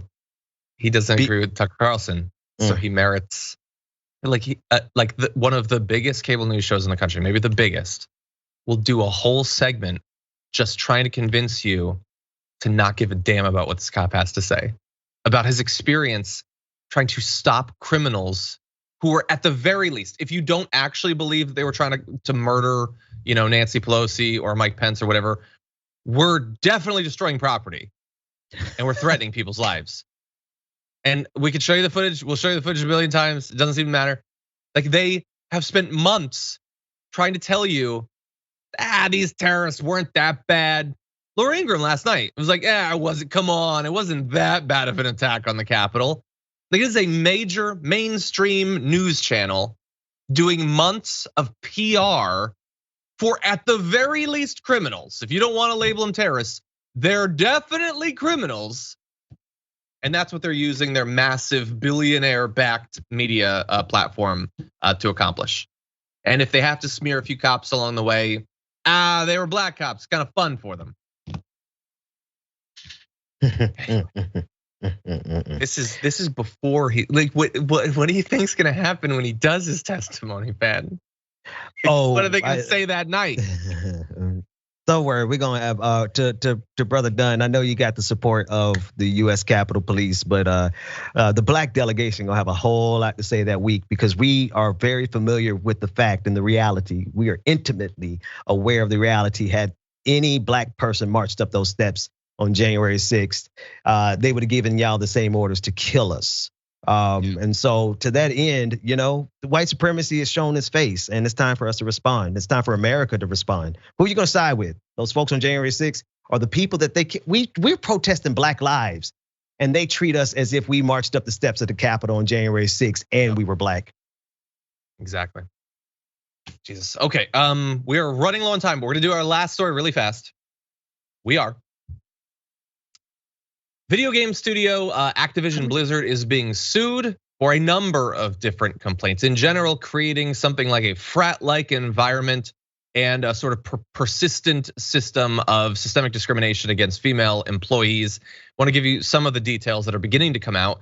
According to the California Department of Fair Employment and Housing, there's a filing on Tuesday of this week. Female employees make up about 20% of the Activision workforce and are subjected to pervasive frat boy workplace culture, including cube crawls in which male employees drink copious amounts of alcohol as they crawl their way through various cubicles in the office and often engage in inappropriate behavior towards female employees. The agency alleges male employees play video games during the weekday while delegating responsibilities to female employees, engage in sexual banter, and joke openly about rape, among other things. Female employees allege being held back from promotions because of the possibility they might become pregnant, being criticized for leaving to pick up their kids from daycare, and being kicked out of lactation rooms so male colleagues could use the room for meetings. Jesus. The suit also points to a female Activision employee who took her own life while on a company trip with her male supervisor. The employee has been subjected to intense sexual harassment prior to her death, including having nude photos passed around at a company holiday party. Now we're gonna have their reaction to all of this, but this is not a small thing. This is not one employee's experience. It's not about one event or one way that female employees are held back. It seems to, from the description, have reached from regular male employees all the way up to the top, affecting how managers view female employees, the opportunities that are provided to them, the pay that they receive. It seems systemic throughout the company. What do you think, Ben? I think that this bigotry, this patriarchy, this sexism, all these evils, they're out of control of even capitalism and white men. They to the detriment of their own business, they can't get this thing under control. That blows me away. You guys you're in the position to be worth billions of dollars, and you're in the greatest position of a white man could be in this country, of where a white man could be in this country, and you guys carry on like this on your job. I feel like AOC, if you're a professional, you should be embarrassed carrying yourself like this, but yet they had a culture of it. This stuff is out of control. They don't have any more control over their bigotry than they think they do. It's really destructive. Yeah, and this is, by the way, this is not a small, Activision Blizzard is not some small studio. They've released some of the biggest games of the past few years. They're not the only studio that's been affected by things like this. There was back in 2018, Riot Games, the makers of League of Legends, had their own investigation that led to lawsuits in this area.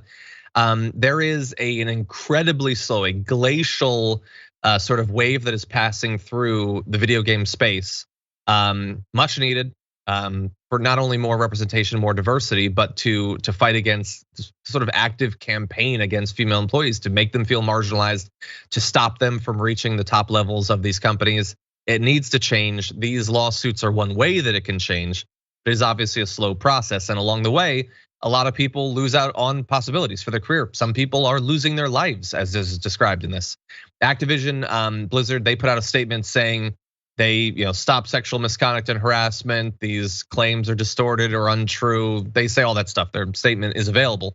But clearly for many, many female employees, these are very real experiences that they're describing. Unfortunately, that is all the time that we have. I know that we're over, but Ben, thank you so much. I know that you have been worked to the bone recently, but thank you for joining us. It's always great to have you on. Always a pleasure. Thanks so much for having me, John. Everybody check out Ben's work, and hope to talk to you soon, man. For those of you at home, thank you for being here. You've got a couple minutes until Indisputable starts. You got Dr. Rashad Richey who's gonna be here in just a few. Reactions is up on Twitch after that. But until then, stay safe out there, stay sane out there, and I'll see you soon.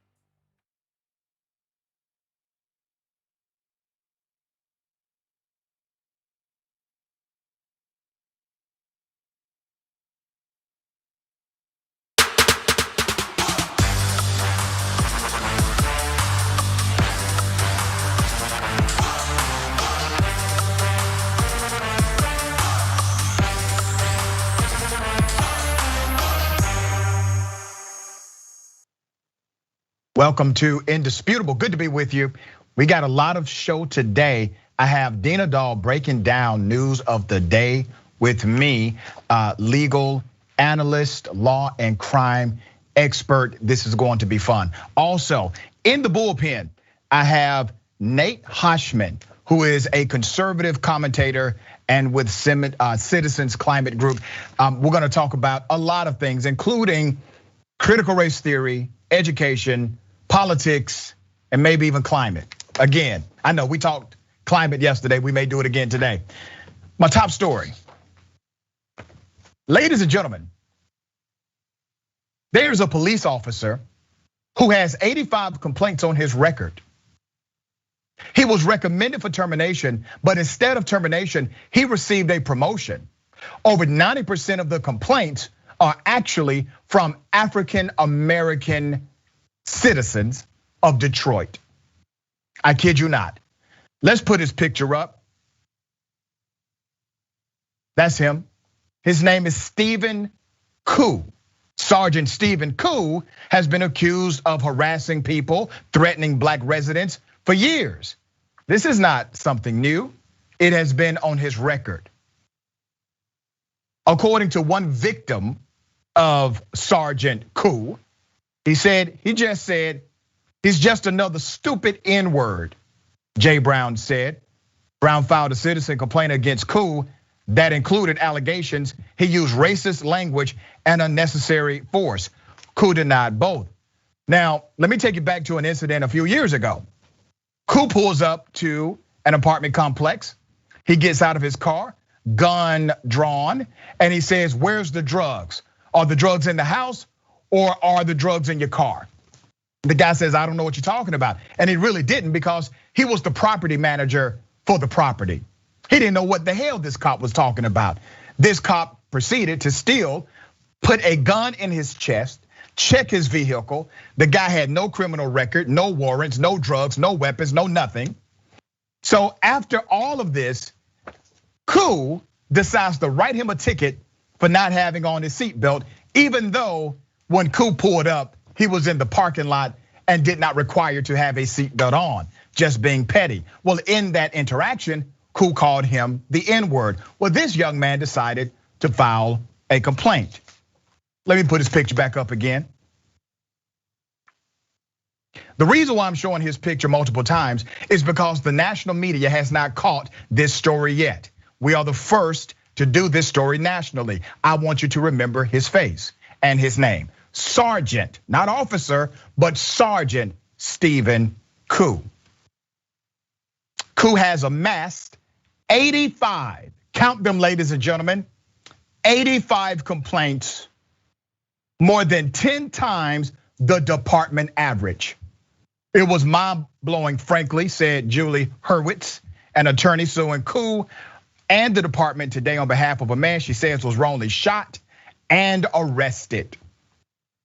85. Now, some of you may say, well, I don't really have any context for the number 85. I don't know if that's a high number, if that's part of the job. Are people making up complaints about this individual? Well, it gets deeper.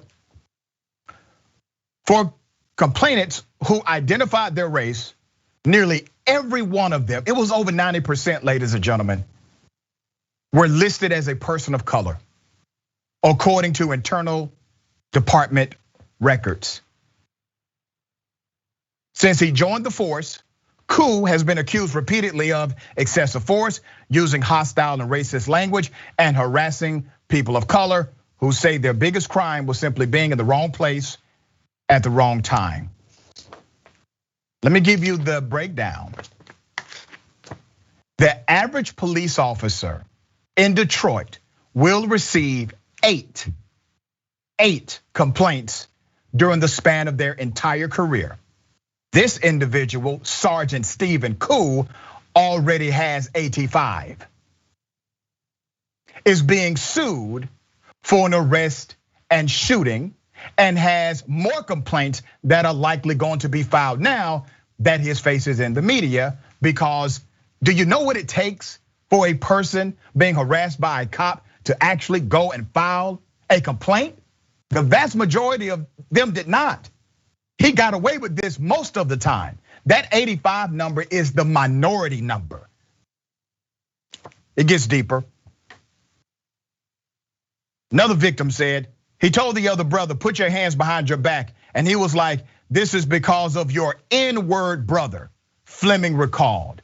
And I was like, whoa. According to Collins' complaint filed with the city, and he and the officers traded insults before Koo ultimately cuffed him and then made a threat. Well, what was that threat? According to the record, that threat was, and I quote, my trigger finger is itching. I dare you to move. I dare you to move. There was another incident. This cop shot a dog at a drug raid.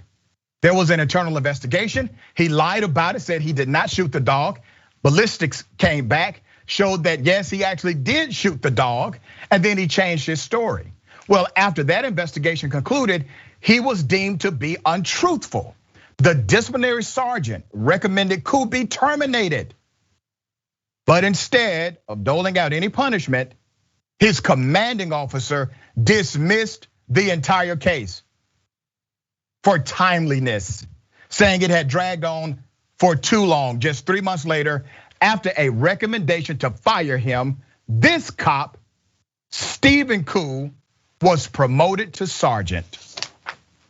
Who signed the promotion papers? This guy. He signed the promotion papers. That's your former police chief. He's now running, thinking about threatening to run for governor. Wow. Dina Dahl, you're in this industry. You work in the legal profession. What are your thoughts about this case? Yeah, I'm so glad you're bringing it to the attention because it's really an awful case. And I think it's a really good example of how the people here did everything right. You know, they filed the complaints, like you said, and there was an investigation internally.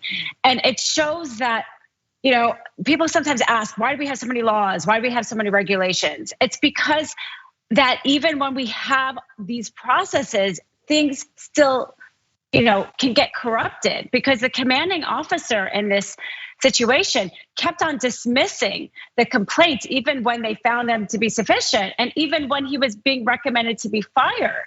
So it sounds like the department is also investigating the commanding officer, which they need to. And it shows that we need even more kind of safeguards in place because yes, you could have the one bad cop, but what if you have the one bad cop and then also, you know, the bad commanding officer?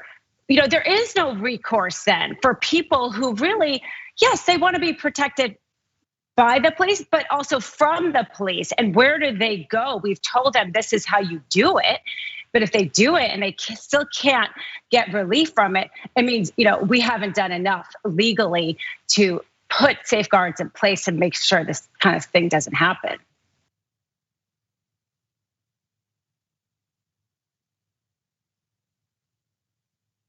Sorry about that. Yes, okay. The police chief that I showed you, his name is James Craig. Now, remember, he has access to these records. And you said something very powerful. This doesn't happen just because of one cop. Now, here's the way I look at it. I'm talking about this criminal cop. That's what I believe he is. I believe he's a criminal cop. I believe he's a serial criminal. But I also believe that he's been protected by others that are criminals as well. Literally, you have the police sergeant involved in the investigation saying, I recommend termination. They actually moved forward to terminate. And 3 months after the recommendation to terminate based on his lying to other cops, they decide to give him a promotion. Now, how in the hell does that happen? And if a person is willing, if a police officer is willing to lie to other police, which I thought was obstruction of justice if I did something like that. If he's willing to lie to the police in an official investigation, you don't think he lies on police reports? You don't think he lies on common citizens? You don't think he lies on black folks that he thinks have no voice? But 85 complaints. And let me bring it back to a policy core, because the George Floyd Policing and Accountability Act would have actually helped resolve this, because in the act, it mandates that you have a national registry for reporting officer complaints, which means in 2020, when the act was first introduced, if this would have been law back then, the world would have been able to see that there's an officer coup on a police force that has all of these complaints. He has more complaints than anybody in the history of the Detroit police. Unbelievable. So what happens now? I mean, can he be criminally charged with anything? Because at this point, they've taken him off the street. They put him on some kind of desk assignment, but he still has his rank. He still has his job. He still has his pay. He still has his pension. You know, it may be more that he has some due process violations, because it sounds like he did some unlawful search and seizures on these people. How much of that was their consent? How much of that was their consent that was coerced? I think it would be maybe more civil charges against him. And I absolutely agree with your point about him lying. And we saw that also with Breonna Taylor, where the officers lied to the court when they tried to get that no-knock warrant. And I don't understand how, we say lawyers, we in society are like, we say they're so bad, but we have these standards. We can't lie to the court, right? Rudy Giuliani just got disbarred for that. But somehow police officers can lie in reports, and they just get some sort of, even if they're caught, maybe just some sort of internal punishment. I think that they should not be able to hold a badge, or there should be a much more significant thing, because if you're going to be in charge of making investigation reports, like you said, how can you have no consequences for lying?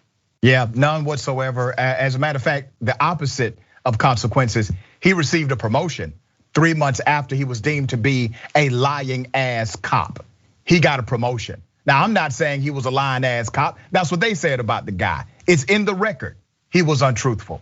He gets a promotion signed by the chief at that time.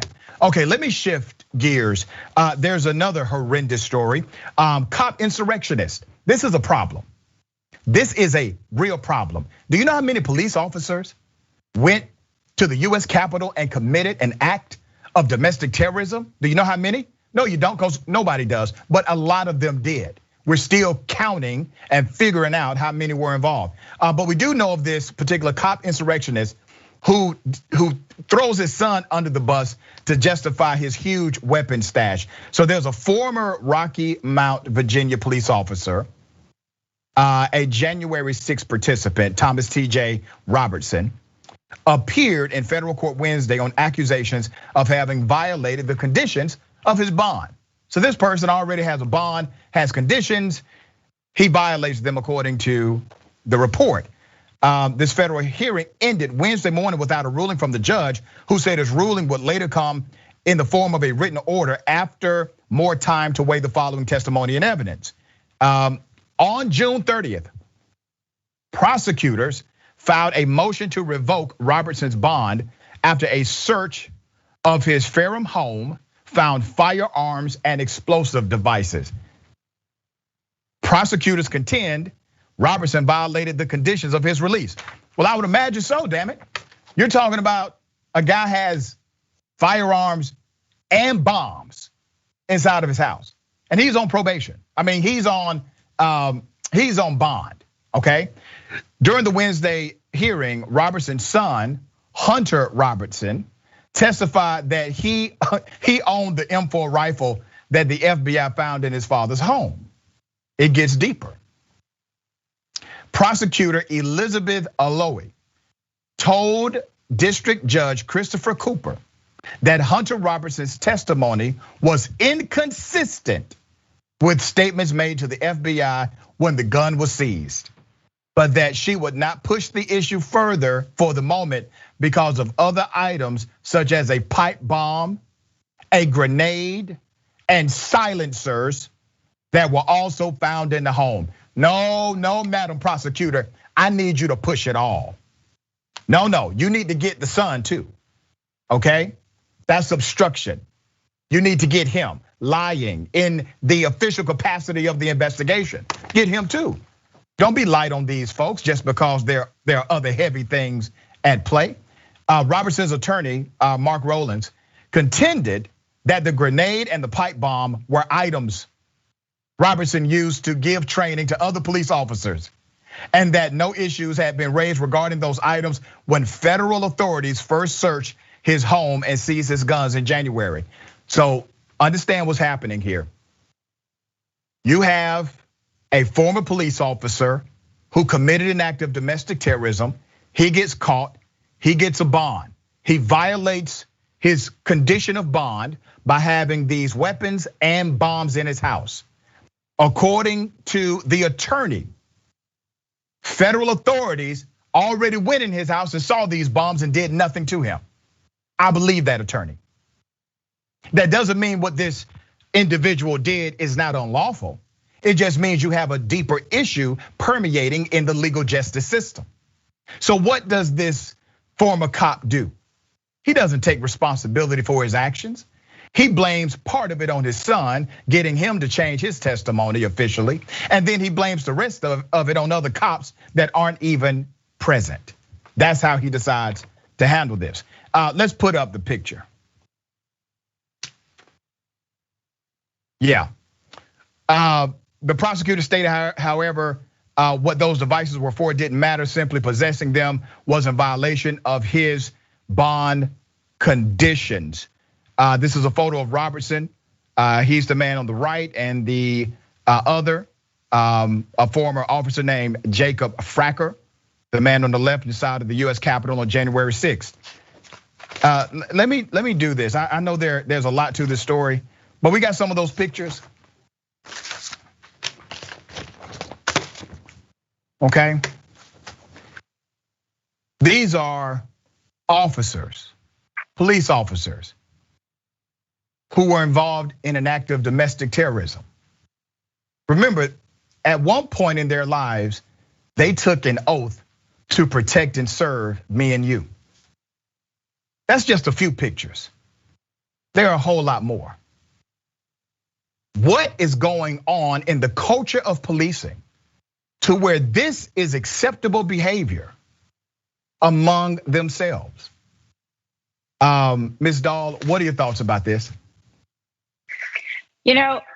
First of all, his arguments, of course, it's a violation of his bond. And so one of the comments his attorney makes also is, he will comply with anything in the future. You got his attention. And my thought on that was, defendants don't really usually get that right to decide when or not to comply. So it was a little bit of an entitled statement, I thought, on his part. But yeah, it is so deep. And the fact that we talked about these two stories together, right? The first police officer in Detroit, and then this and the insurrection. And we just really have to question, what is happening here with our police force and our military? Like, how embedded is this? But, you had to do it one case at a time. And this case is getting brought. I agree with you. The prosecutor should be kind of throwing the book if that son also committed perjury. And he did violate his bond. I imagine the judge will come back and show that. And his attorney's argument that, this is hard for him and isolation and all that kind of stuff. Welcome to being a defendant in the criminal justice system in America. You lose a lot of your rights. And you don't lose a lot of your rights, but it's not easy. And I feel like he has not come to terms with that from his attorney statements. Well said. Let's also put up on the screen the former police officers we've been able to identify who committed an act of domestic terrorism that day as well. Look at them. That's your future of policing if you don't get this together. I'm talking to everybody in America. All right. We got more on the other side. Stick and stay is indisputable.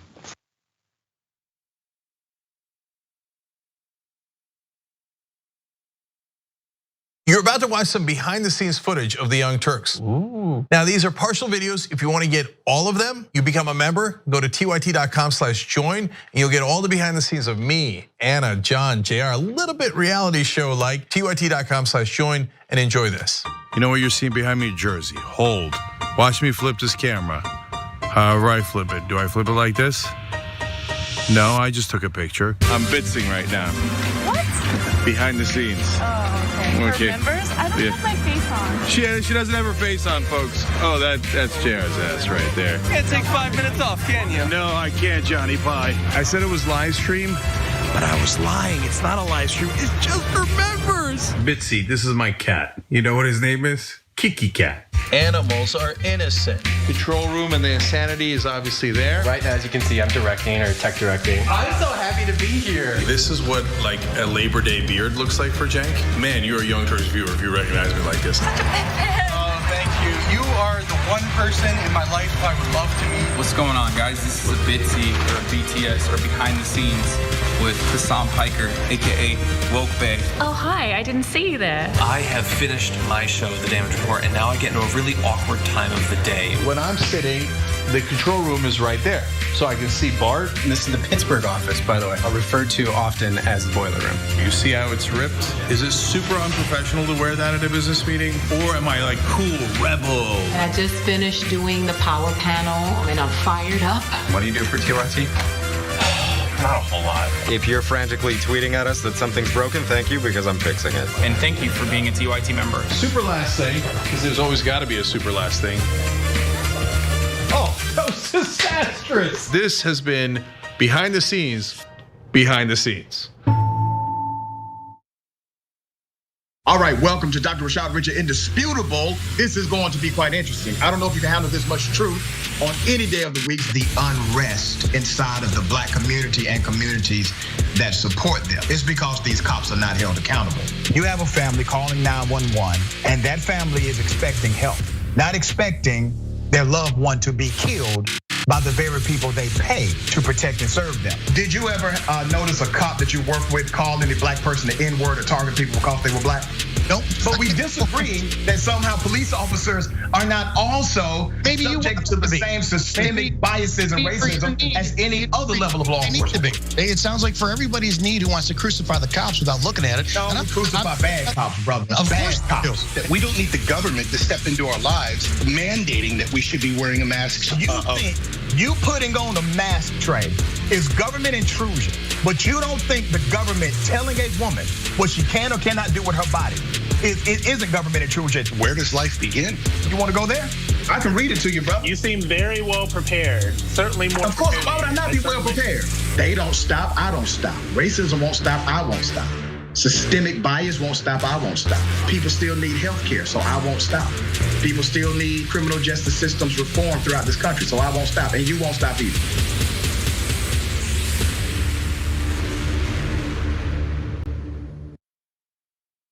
Climate is changing fundamentally, extremely, and non-linearly. It's becoming worse now. It's not when the levees burst that is the problem. It's in the anticipation of that. So I hope every human being is safe. And by human beings, I do not include multinational corporations, especially the ones that started climate change in the first place. What we're currently doing right now in cutting emissions is clearly not enough. There will be ramifications to what Trump is doing. I don't want people to suffer, but I feel like there's gonna be a lot of suffering because we have an imbecile as our leader.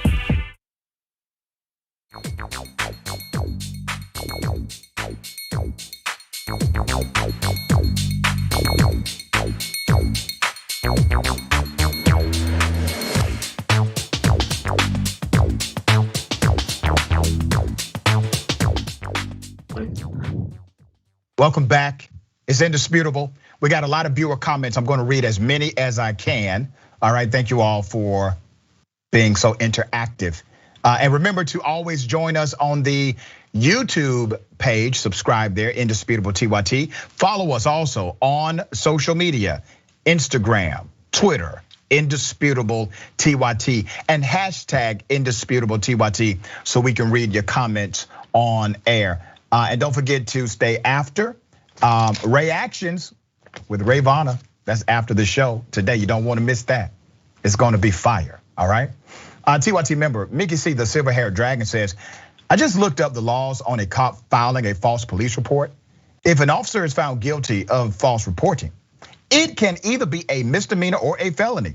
If they are found guilty of a misdemeanor, they can end up in jail for a maximum of 1 year or they can be put on misdemeanor probation. If the false reporting is worse and the officer is charged with a felony, they will have a maximum of 3 years in prison or felony probation.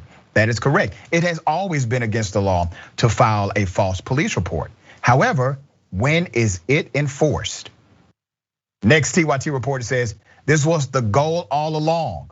The FBI warned about white supremacists taking positions of authority in police departments across the country. You're right, that report came out years ago. YouTube, super chat. Songs of Sovereignty. Dr. Richie, so worth the wait. Much aloha. Thank you. Thank you for that. Ruthless Dragon, congratulations on the full-time gig. Well deserved, Dr. Rashad Richie, and thank you so much for being supportive. BC4L, I will never get used to how overtly cruel and specifically aggressive these officers are towards non-whites, especially black people. I'll never get used to it, and neither should anyone else. That's right, well said. No New Consequence says, I have not worked a single job in my life where I could have had 3 complaints against me without being fired, let alone 8, let alone 85. Those are workplace violations, okay? Just imagine, 85 workplace violations and you're still getting promotions. Signed by the chief, the executive of your company. Black Malibu Barbie says, thank you, Dr. Richie, for speaking truth to power. It is my pleasure, thank you. The artist says, hey, doctor, do you think you could do a story on the off-duty Maryland cop who put a gun on my cousin for simply waiting for the bus? Officer Damon T. Durant is his name. Well, shoot me an email, richie316@gmail.com, all right? Shoot me an email. Nicole Smith, and I'm sorry that happened to you, cuz. Nicole Smith, unfortunately, good cop has become the exception to the rule. Abolish qualified immunity, hashtag protect and serve, that's right. Macadella, JAA, thank you for that. EG, this is the best new show on YouTube. Thank you so much. We appreciate you. All right. Next story. Candace Owens. She just can't help herself. Now she has compared what conservatives are going through as the same dehumanization as what Jews in Nazi Germany went through. She says the same thing, the exact same thing. On her podcast on Wednesday, Candace Owens launched into an unhinged and unsubstantiated diatribe in which she claimed that conservatives are being dehumanized in the United States, much like Jews were in Nazi Germany. Where do I freaking start with insanity like this? Here's what she said during the podcast. During the Holocaust, the Nazis referred to the Jewish people as rats as another form of dehumanization, said Owens. I bring this up because right now in this country, in America, conservatives are being dehumanized. I'm gonna say that again. Conservatives right now in the United States of America are being dehumanized. That is not up for debate. Well, madam, it is up for debate. And will you please respond to my producers who have been requesting you to come and debate me? I would love to debate you on this topic or any other topic. As a matter of fact, I will be so fair. I will allow you to choose the topics for the debate. She goes on to say, the CDC said this is now a pandemic of the unvaccinated, said Owens. The idea is to make millions of people believe that conservatives are vermin. And of course, vermin is to be dealt with, right? Well, first of all, that's what you're saying, by the way. She goes on to say, that is why the Biden regime is stepping up or stepping to the plate to deal with us. Biden's government, like all evil regimes before it, is doing the population a favor. They're conquering misinformation. Guys, they're dealing with the vermin. They're gonna control the flow of information. In other words, they're going to brainwash the masses. Damn, that sounds awful. I mean, that sounds That sounds just as bad as what, I don't know, somebody like Ben Shapiro may have said. Remember what Shapiro said? Israelis like to build. Arabs like to bomb, crap, and live in open sewage. This is not a difficult issue. Ben Shapiro, Twitter. Or maybe this kind of sounds like rhetoric that Candace has said before. Because remember, she's saying that people are dehumanizing conservatives. Here's what Candace Owens said about the late murdered George Floyd. We've turned George Floyd, a criminal drug addict, into an icon. We are promoting Satan's shoes to wear on our feet. We've got Cardi B named as Woman of the Year, but we're convinced it's white supremacy that keeps Black America behind. How stupid can we be? I got some other examples of how stupid you can be. Isn't it crowding your country the fastest way to despoil it, to pollute it, to make it, a place you wouldn't want to live? Massive demographic changes have been foisted upon the American people. And they're changes that none of us ever voted for and most of us don't like. Well, say you're a cocaine dealer and you kind of look like one a little bit. We have a moral obligation to admit the world's poor, they tell us, even if it makes our own country poorer and dirtier and more divided. Do you understand, and I'm not saying this in a condescending way, you're smarter than I am, sure, but do you understand what the New York Times wants and the far left want? They want to break down the white Christian male power structure of which you're a part, and so am I. And they want to bring in millions of foreign nationals to basically break down the structure that we have. We keep marrying other species and other ethnics and other. Are you sure you're not suffering from some of the causes Swedes, of dementia right now? See, the problem is the Swedes have pure genes. But it's conservatives who are the victims. Dina Dahl, come on now. What are your thoughts?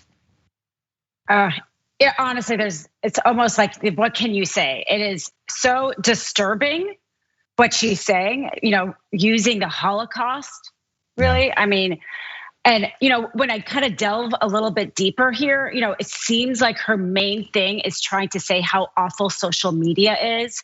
The fact that this is kind of not, conservatives no longer have a voice on social media. And it's interesting because her husband was named CEO of Parler in May. So to me, this seems like an advertisement for Parler. And she definitely did not disclose that conflict of interest in that segment. What better way to rile up potential Parler customers than tell them, hey, you're being dehumanized and you don't have a voice. And it's really too bad, though, that she does it in such a disgusting and dangerous way, by using the Holocaust. At the end of the day, there's sometimes it just comes down to money, right? And corruption and. Yeah, I've seen what she used to say about Donald Trump before she figured out she could make money by promoting him. I remember commentary that she had when she was on the other side of the political ideology until she figured out how she could draw a lane for herself and start making money. I have a theory. I don't think Candace is a Republican. I don't think she's a Democrat. I think she's a moneycrat, and that is it. But she is a dangerous moneycrat in that she will go so extreme with her rhetoric, and she will be so insensitive with her verbiage. It hurts communities. It violates the trust, the common trust that people put into her. It's unfortunate that there are folks who are true believers in the rhetoric that she spews. But really, you have a whole lot of white bigots who pay her to say crazy things about all of the other races, including Black people, or especially Black people. Next story. Speaking in Chinese, shut up. Speaking in Chinese is Chinese. Shut up, you're rude. Speak English in Canada, rude as fuck. Who do I complain about? Shut up, you're rude. You are rude, go somewhere else. Who do I complain about for? Give me the number.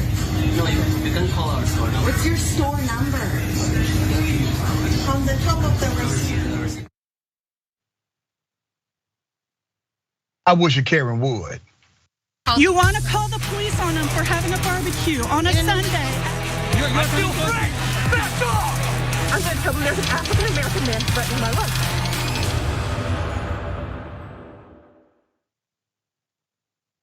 I got a Throwback Thursday Karen for you.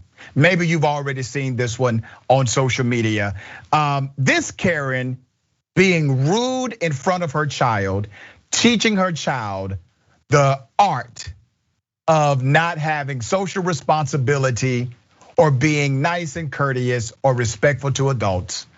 And on top of that, being racist. That's the lesson she's teaching her son. Throwback Karen demanded that Asian employees only speak English in front of her. This was back actually in 2019. Here's some details. Facebook user Alan, who asked not to be identified, said he didn't see how the incident started, but that it appeared to have begun with a dispute over the handling of a return or exchange over the price of a product. Here's the rest of that video. You want a manager to talk to me, you bring your manager here. If you want to talk to me, you bring your manager here, you idiot, or go speak Chinese with your other staff and talk to me somewhere else. Get him somewhere else. What the hell is going on? Does he start fights with all your people? Then get him in the back. That is rude. Shut up and get out of here, you idiot. That's rude.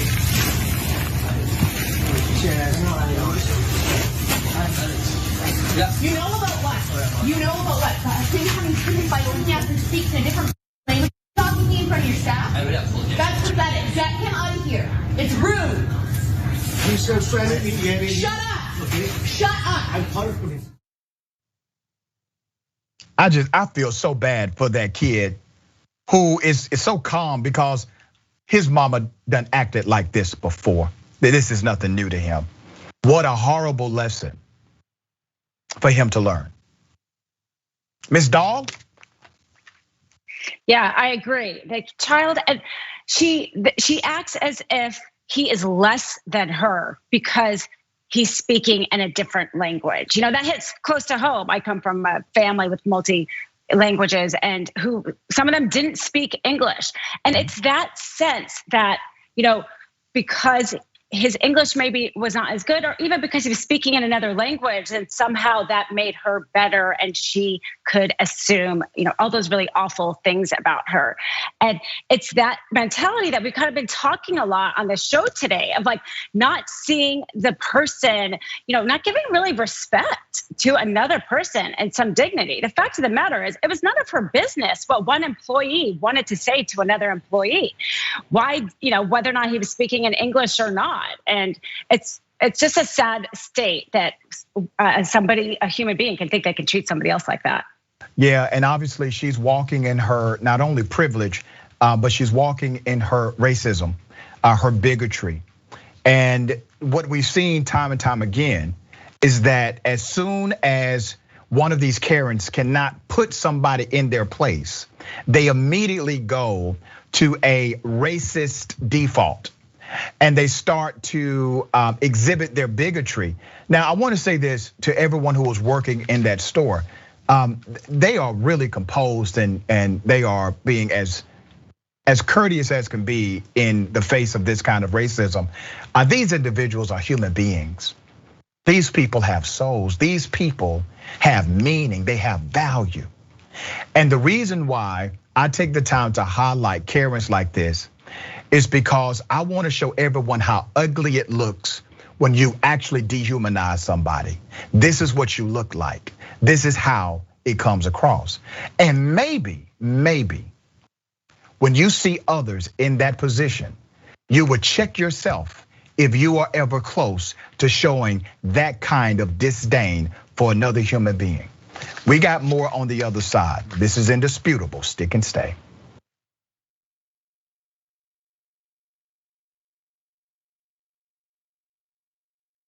I'm Nina Turner, and we are on the road to revolution, baby.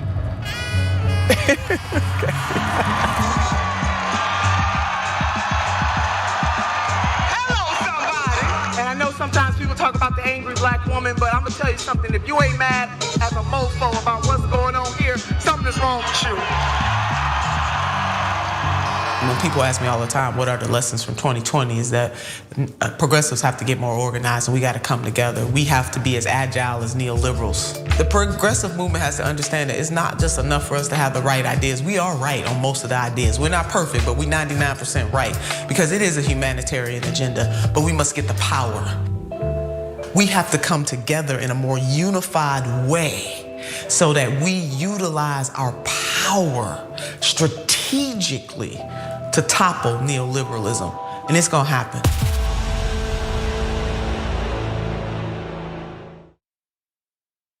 Hi, I'm John, and I'm new to TikTok, but about 3 years ago, I started my daily political news show, The Damage Report, because I noticed this trend where every morning I was waking up to this tsunami of news that was just generally dreadful and horrifying and shocking, and I thought that if I could spend my time helping people to navigate this, serving as a bit of a life raft, pointing out which news is important and why, there are worse ways to spend your day. We're not an average news show, and we don't want our TikTok presence to be average either, so feel free to let us know what you'd like us to do on the platform, and maybe give us a follow at The Damage Report. All right, Amazon Prime members, here's how you can subscribe for free on Twitch. Start by linking your Amazon Prime account to your Twitch account, and then click that little subscribe or resubscribe button below the stream on Twitch. Scroll down and select the subscribe free with Prime button, and then you're finished. Close out immediately and share your little subscription alert with the chat. Send a cute message along with it, and bathe in the sweet, twitchy, Bezos-funded love. Hashtag Bezos Bucks.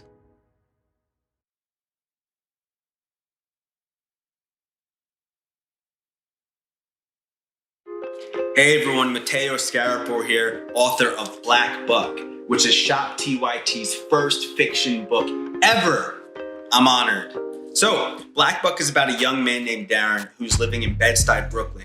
He lives with his mom, he has his girlfriend, he has his best friend, he has his neighborhood, and his neighborhood has him. Darren's also working at a Starbucks in Midtown Manhattan. And one day, this man, who's real suave and good looking, comes in and asks Darren to give him his regular. But for some reason, Darren says no. This man named Rhett Daniels, who's the CEO of a startup called Someone, located on the 36th floor of the same building, is impressed. And he invites Darren upstairs, and then he extends an offer to join his elite sales team. Darren reluctantly joins, and he soon realizes that he's not the only black salesperson there. He's the only black person in the entire company. So he goes through hell and back in order to make it to the top. And once there, he has status, money, power, but he says, you know what? I don't like being the token black guy. So he hatches a plan to help other people of color infiltrate America's tech startup sales teams, redefining what it means to be a minority in the workplace. This book definitely, if you couldn't tell, touches on many things that are relevant to this moment that we're all living in right now. But it's also connected to the many moments in history that have come before today. I hope that you read it. I hope that you enjoy it. And if you want to order a copy, go to shoptyt.com. Thank you, be well, and happy 2021.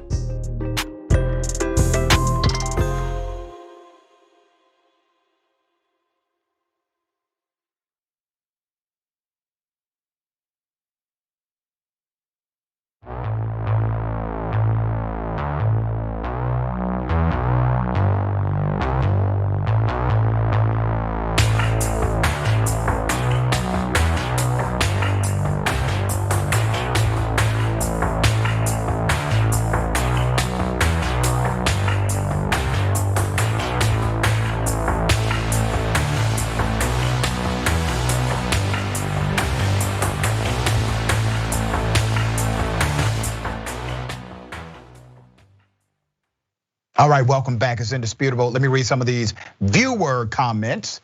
TYT member, Eileen, middle-aged dragon mama. I will pay big bucks to see Owens in the bullpen with you, Dr. Richie. We'll see if that happens. We're working on it. YouTube, super chat. Bernie, the Kiwi Dragon says, if Owens comes on your show, I will prepare the bucket of disinfectant and water because you are indisputably going to mop the bullpen floor with her. Oh, please make it happen. We're on top of it. I promise you we are. Jonathan Ondrasik. I hope I said that right. My apologies if I did not. Candace argues against herself on a daily basis. She does. She goes back and forth like two different people. I've seen it, literally. Verlis Page says, "Oh, Candace, don't want that smoke, LOL." Amber Smith, I think conservatives don't need assistance from anyone. They are destroying their own party and killing off their base. They really are. Jank Zappa says, my wife is from Colombia. People say all sorts of racist things to her at work. Doesn't matter what job she has. They always find a way to insult her. She has had to quit multiple jobs. I'm sorry about that, brother. Keep pushing though, okay? Larry Harris, with the kid right there. Yep, with the kid right there. Name for Mars says, raising a racist the Karen way. That is an unfortunate reality of what's actually being done in that moment. Okay, Mitch McConnell continues to defy medical science by standing upright with absolutely no backbone. So Mitch McConnell is now saying he's perplexed. He has no idea why people are so hesitant to get the vaccination. He said, Senate Majority Leader Mitch McConnell says he's perplexed why so many people in the country still aren't vaccinated. The answer may lie in part with his own party. Yeah, the misinformation, the lies, the manipulation, the back and forth, there's more. Even as Republicans move toward being more publicly trusting of the vaccine and personally rejecting anti-vaccine rhetoric, which McConnell did vocally early on, many in the GOP have still been reluctant to confront one of the biggest culprits of vaccine hesitancy: misinformation being spread by members of their own party. Now remember, McConnell was this way, then he was that way. McConnell was swinging this way, then he was swinging that way. Here's some of that. As a result of Operation Warp Speed, not one, not two, but 3 highly effective vaccines. And so I'm perplexed by the difficulty we have in finishing the job. Well, allow me to provide some context for you, Senator. Here's another video. And as soon as we get the vaccine, we're going to get out of this in a rapid fashion. And all I would say to government officials is let's get the vaccine out as soon as we can. Some have both had the disease and the vaccine, but we should study that also, because we would want to know, is the vaccine more dangerous or are you more likely to have serious side effects? And 1 dose may be enough, but also maybe 0 doses is enough. 0 doses is enough? Maybe, perhaps, according to you. There's more. Have you been briefed by the CDC? Are there words about a pandemic at this point? No, we're not at all, and we have it totally under control. It's 1 person coming in from China, and we have it under control. It's going to be just fine. But now we're working very strongly with China on the coronavirus. That's a new thing that a lot of people are talking about. Hopefully it won't be as bad as some people think it could be, but we're working very closely with them and with a lot of other people in a lot of other countries, and we think we have it very well under control. The virus, they're working hard. Looks like by April, in theory, when it gets a little warmer, it miraculously goes away. I hope that's true. But we're doing great in our country. China, I spoke with President Xi, and they're working very, very hard, and I think it's going to all work out fine. McConnell is perplexed. He has no idea. He's scratching his head. Why is there this hesitancy? Ladies and gentlemen, we had a president of the United States that spoke to thousands of people by way of extension through the media, millions, and spoke like he was at a damn sports bar about serious stuff.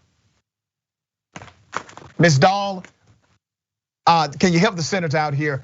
Why are people in his party not getting vaccinated? The fact is McConnell wants it both ways. He wants to be the leader of the Republican Party, but he doesn't want to lead. And on this issue, he should be leading because it's not really just Republicans that are dying because of this misinformation.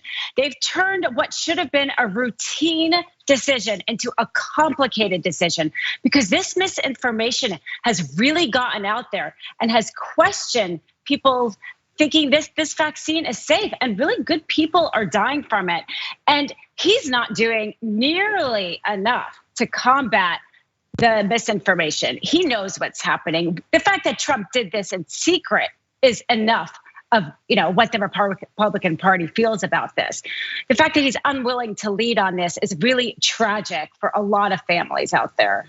Yeah, and it's almost like McConnell, he knows he's full of ish, right? He knows that. He knows he's taking positions contrary to positions he's taken in the past, but he does it with a straight face as if it is a joke, but he won't let anybody else in on it. Now, granted, McConnell is being aggressively political in almost everything that he's doing. I don't think McConnell has a core value system at all. I don't. I think he's trying to figure out who he is in a very Trump-dominated political atmosphere, and he really has no idea how to do it. I don't think he personally likes Trump. I think he believes that Trump has hurt the Republican Party, but because of what you just said, he has a failure of leadership. He does not know how to actually persuade, influence, guide, provide wisdom, context, and nuance. He's not that person, never has been that person. But here's the reality. For decades in this country, we've elected men and women who were not leaders at all. They were never leaders in the first place. This is exposing them for who they are, but they have always been exactly who we are exposing them to be right now. Yeah, I think you're absolutely right. And it's really sad because the people that are being punished here is not the fellow congressmen in DC, but it's these Americans around the country who want to believe what they are hearing and are dying as a result of it. I can't imagine the number of people who that in their sickness wish that they hadn't been so questioning of the vaccine. And this is really only going to get worse. And the fact that he's still so reluctant, the fact that he's still so perplexed is a really bad sign. He should be much more aggressive. Otherwise, we're going to have a lot more Americans dying. Very well said and very unfortunate as a reality in this country, but truth is sobering. There's another sobering truth. If you decide to start being racist and threaten teenagers, they may knock your ass out. That may happen to you. That is a possibility. White people built this country. A racist spewed slurs at a grocery store, got decked by a black teen, and he gets charged with a hate crime. Good. A white Chicago man faces hate crime charges after allegedly attacking a black 19-year-old who has autism inside of a grocery store bathroom after telling the teen, white people built this country.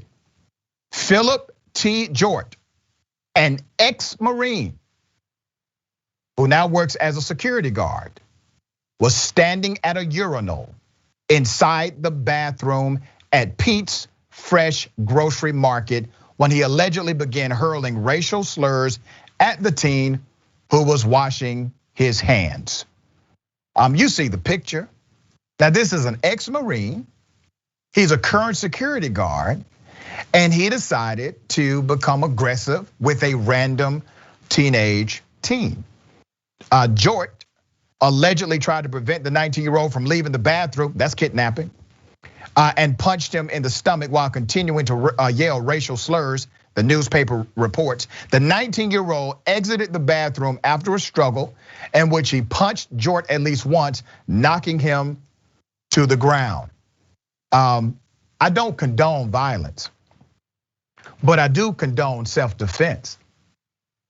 And the only thing that's wrong with this story, other than the obvious, is that we don't have a person recording it. We do have the report. Here's more. Jort then followed the teen out of the bathroom and continued to throw punches, but did not make contact, prosecutors say. After 2 off-duty police officers working security at the store intervened, Jort called one of them a racial slur. Jort later explained that he does not have a problem with all black people, just certain ones when they act a certain way, according to prosecutors. He also admitted to being intoxicated at the time of the incident. Hey, listen, don't let that liquid courage get you in trouble. So he was intoxicated, according to him. I believe him. I won't debate that point. But that only made him more of who he actually was. It gave him the freedom. He was able to release the barriers. And he sees, think about this, a random 19-year-old kid simply in the bathroom washing his hands, a kid with autism, who acted in self-defense. Now here's what I'm happy to report. The black kid wasn't arrested. The white man, the white racist male went to jail, got charged with a hate crime. This is how it should go. Obviously, racist people should not do these things. But when they happen, when the unfortunate reality happens, they should go to jail. And they should be charged with a hate crime when there's a clear indication that this was all racially motivated. It happened the right way.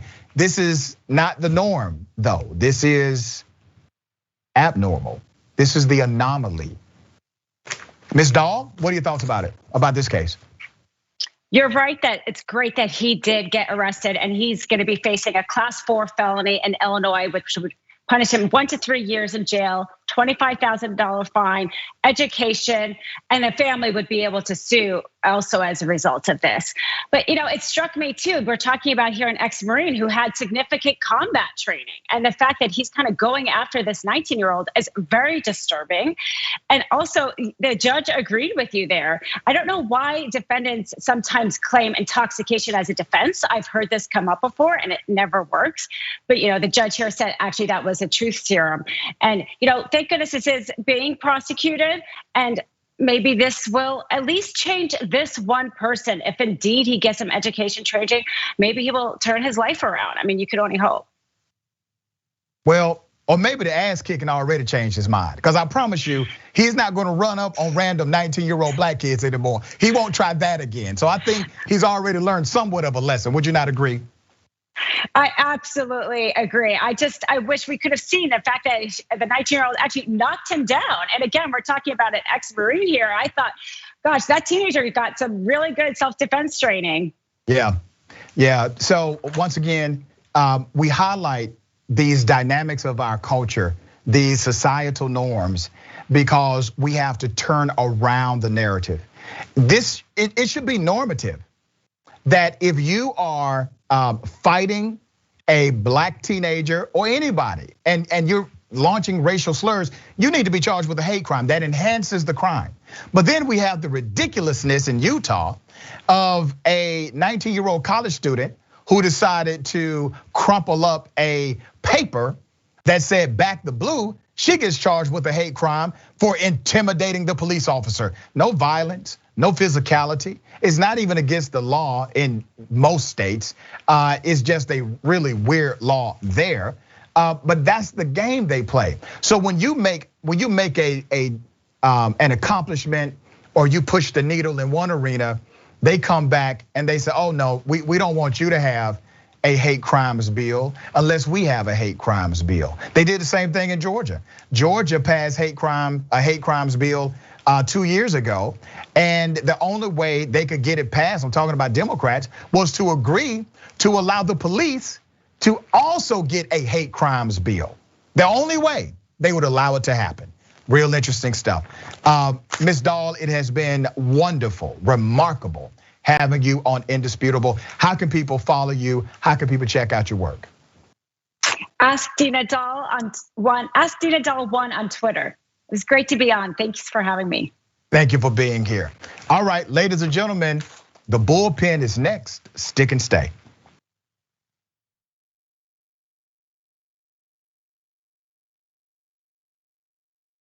We are on to something that is going to be amazing. But what we need is your help. The number one problem is there's too much power in too few hands. Every single problem that we have can be traced back to dark money. They take large donors, they serve large donors. So these handful of gatekeepers try to dictate everything. Like all of you already know, they don't work for you, they work for their donors. So fire them and hire people who will only work for you that say no corporate back money. We are going to change the way we elect candidates in this country. Uncorrupted Democrats. We're gonna fight for the issues and win on policy. This is incredibly personal. We need free health care for everyone. We're fighting for $15 minimum wage, single payer health care, debt-free college, and we are gonna get money out of politics once and for all. I've taken a public pledge not to accept any corporate money. Because the last thing we're gonna do is go into another presidential election and run a corporatist against a populist candidate. At some point, the buck needs to stop, and it's gonna stop with us. It's gonna stop with Justice Democrats. So who are we? People who do not take corporate PAC money. We're relying on small donors. 99.9% of our contributions came from people. You're a Justice Democrat, so you don't take any corporate PAC money. I'm not influenced by money. As a Justice Democrat, I made that pledge. Not a betting. Absolutely no. I will go to Congress unbossed and unbought. We try to create a government which works for all of us. That is what America's about, and that's what a representative democracy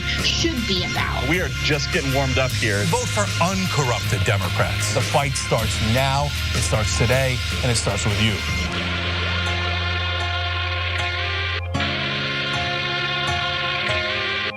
I've been honest with him. Like, yeah, I was upset with you and I should have done it. But instead I was like, I'm just trying to protect my engagement ring. Did you know that more than 20% of the world's oxygen comes from the Amazon? Why? Because of trees. I know what you're thinking. Of course! So what do we want to do? We want to plant more trees so we can save the climate. It's quite literal. So that's what leads to our new partner, Plant Your Change. Love it. It's so easy. What they do is you take the credit or debit cards you already have and you plug it into the system. And if you so choose, you get to round up every purchase to the nearest dollar and they plant a tree for you, okay? Now you could also choose if you wanna do it on only certain kinds of purchases or only so often, right? And there's nothing wrong with that. But literally every cent makes a difference here. It's Plant Your Change. And if you wanna know more information, just go to tyt.com/trees. Let's go save the planet together.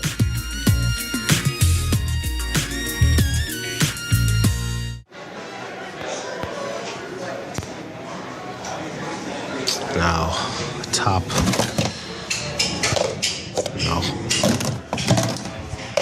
No. No.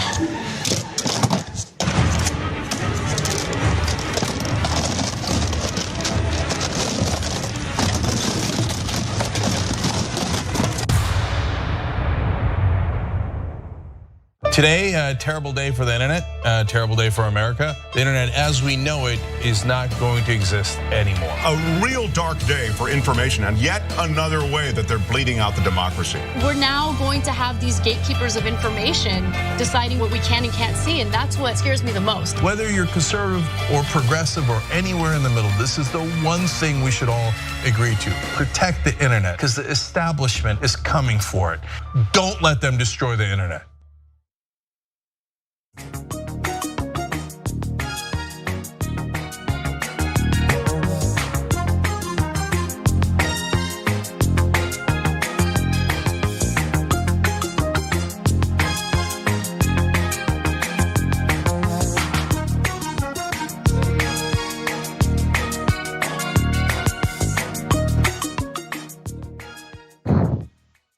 All right, welcome back to Indisputable. I'm going to read some of these viewer comments.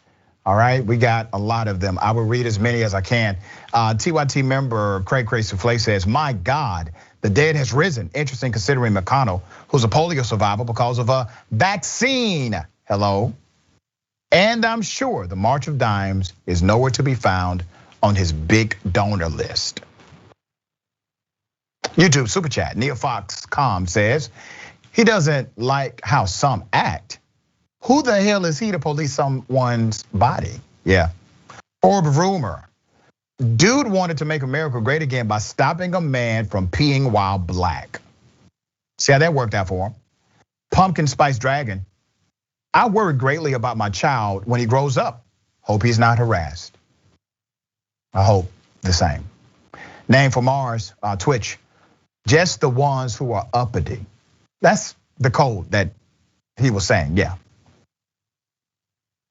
Peachy Shari says, I've been drunk. I've never called someone a racial slur, drunk or sober. Alcohol doesn't make you racist. And that's the reason why you didn't say racial slurs when you were drunk, because you're not racist.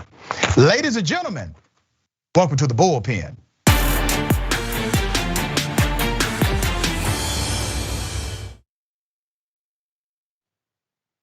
In the Bullpen today, I have Mr. Nate Hochman, conservative commentator, Publius Fellow at the Claremont Institute. We're gonna chop it up about a few things. Nate, good day, welcome to Indisputable. Thanks so much, good to be here. Absolutely. Let's get right into it. We typically get right into it with these shows. I don't wanna presume what you think about bills like the Texas bill that would eliminate requirements for teaching the moral and ethical issues concerning the KKK. What are your thoughts about Senate bills like Senate Bill 3 out of Texas and others similar? Well, look, if Texas was actually banning teaching that the KKK was morally wrong, I would certainly be opposed to that. Obviously, I think every American of sort of basic common sense and good moral character oppose teaching that it was not morally wrong. I think there's a lot of misinformation around a lot of these bills and a lot of paranoia and alarmism, not just around the Texas critical race theory bill, but around most of the bills that are banning critical race theory in public schools, particularly in K through 12. And this is one of them. So we can get into it. I'd be happy to sort of talk about exactly what's in the Texas bill if you'd like to. But to be clear, the Texas legislature was not banning teaching that the KKK was morally wrong. They removed the specific clause mandating the teaching that the KKK was morally wrong as they trimmed down the bill to get it to the Board of Education. But that's radically different than a lot of the misinformation that we're hearing about that right now. Well, Nate, I'm gonna push back on that because you are incorrect. The bill itself, and you're conflating two different bills. One is the anti-critical race theory bill, which is quite different from Senate Bill 3.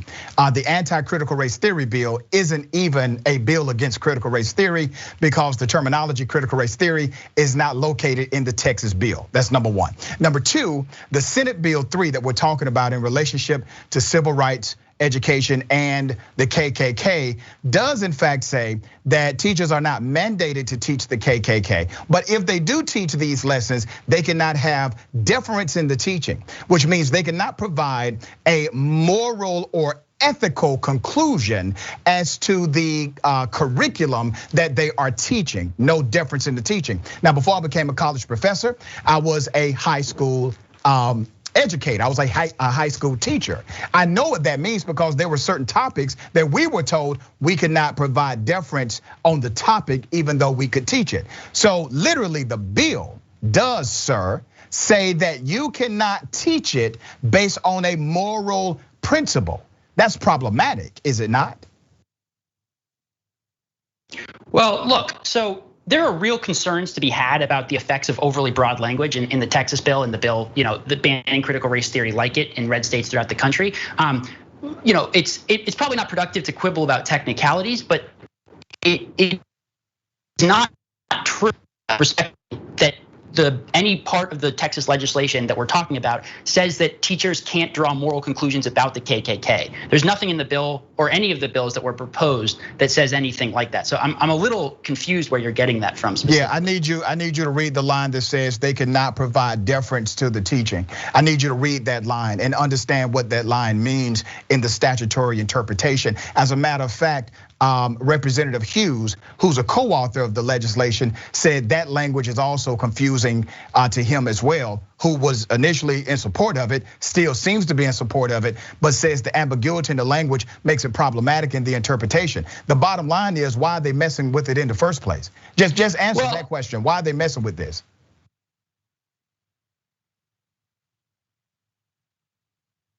Okay, it looks like we lost you. Are you still there? Okay. sure.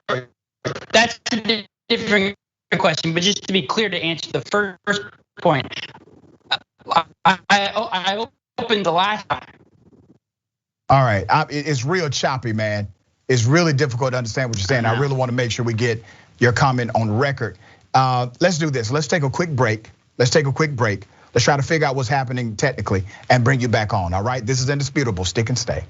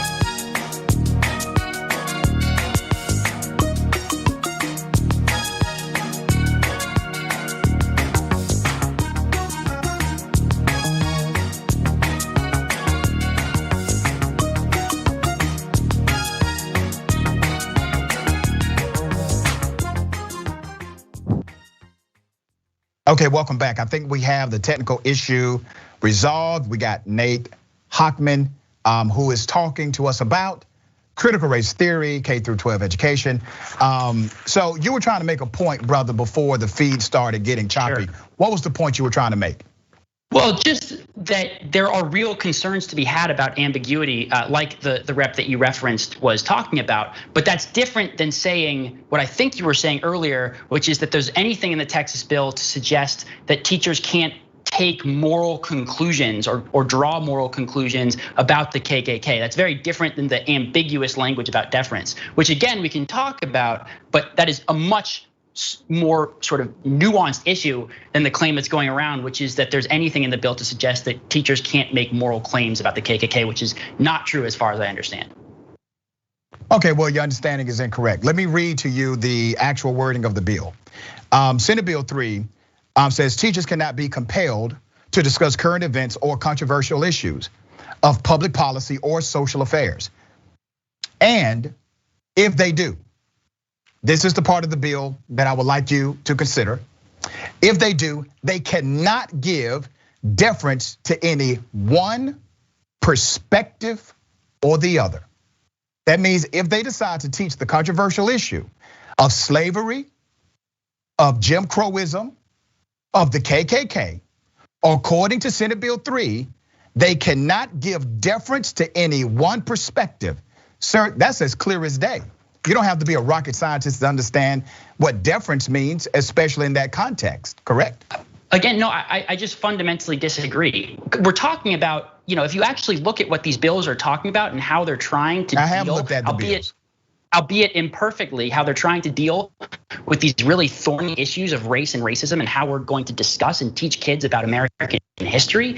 They're teaching MLK's letter from a Birmingham jail. They're teaching Frederick Douglass. There's specific provisions in the bill talking about mandating teaching the contributions of non-whites, people of color, minorities to American history, right? This is not the sort of all-out assault on any kind of nuanced view of American history that we're talking about. There are mandates about teaching Jim Crow and specifically how Jim Crow and the institution of slavery hurt black people in America. So the idea that, trying to avoid some of the more radical implications that some teachers have been teaching in public schools, which is what this bill is targeted at, is somehow removing any discussion of America's past sins is simply not true. If you actually look at the curriculum that we're talking about in the bill, we're not whitewashing history. We're trying to avoid the specific, more radical aspects that have been slipped in under the radar to teach kids, things that are associated with critical race theory, rather than, trying to teach this chauvinistic, perfect whitewash view of American history. Yeah, you're wrong again. But let me ask you this.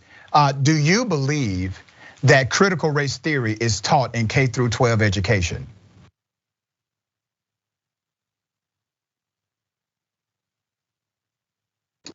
We lost him again? Are you still there? No, we're back. You cut out for a sec. Sorry, what was that? Okay. Do you believe that critical race theory is taught in K through 12 education? Well, so this is a complicated issue, right? No, it's not complicated, brother. That's what everybody's saying. Well, okay, so let me explain to you what I'm saying here, right? Which is critical race theory. There's a point in the argument, a very narrow point, that critical race theory as a narrow legal doctrine is not taught in K through 12 because it's a doctrine that's pretty much confined to critical theory classrooms in undergraduate and graduate schools and law schools. But the concepts that are associated with critical race theory have absolutely trickled down into K through 12 in a really insidious and poisonous way, and they're being taught to our kids. Explain racial essentialism, et cetera. So these are big.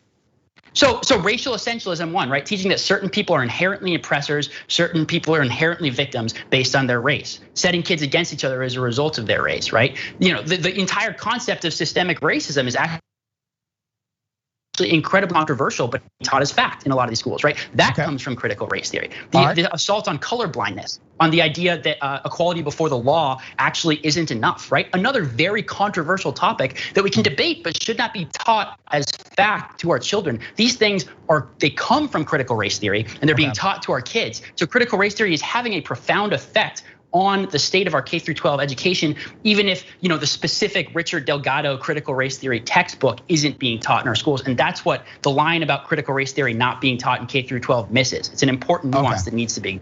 So listen, man, I hate to keep saying this, brother, but you're wrong again. Critical race theory, by definition of theoretical frameworks, is not a fact.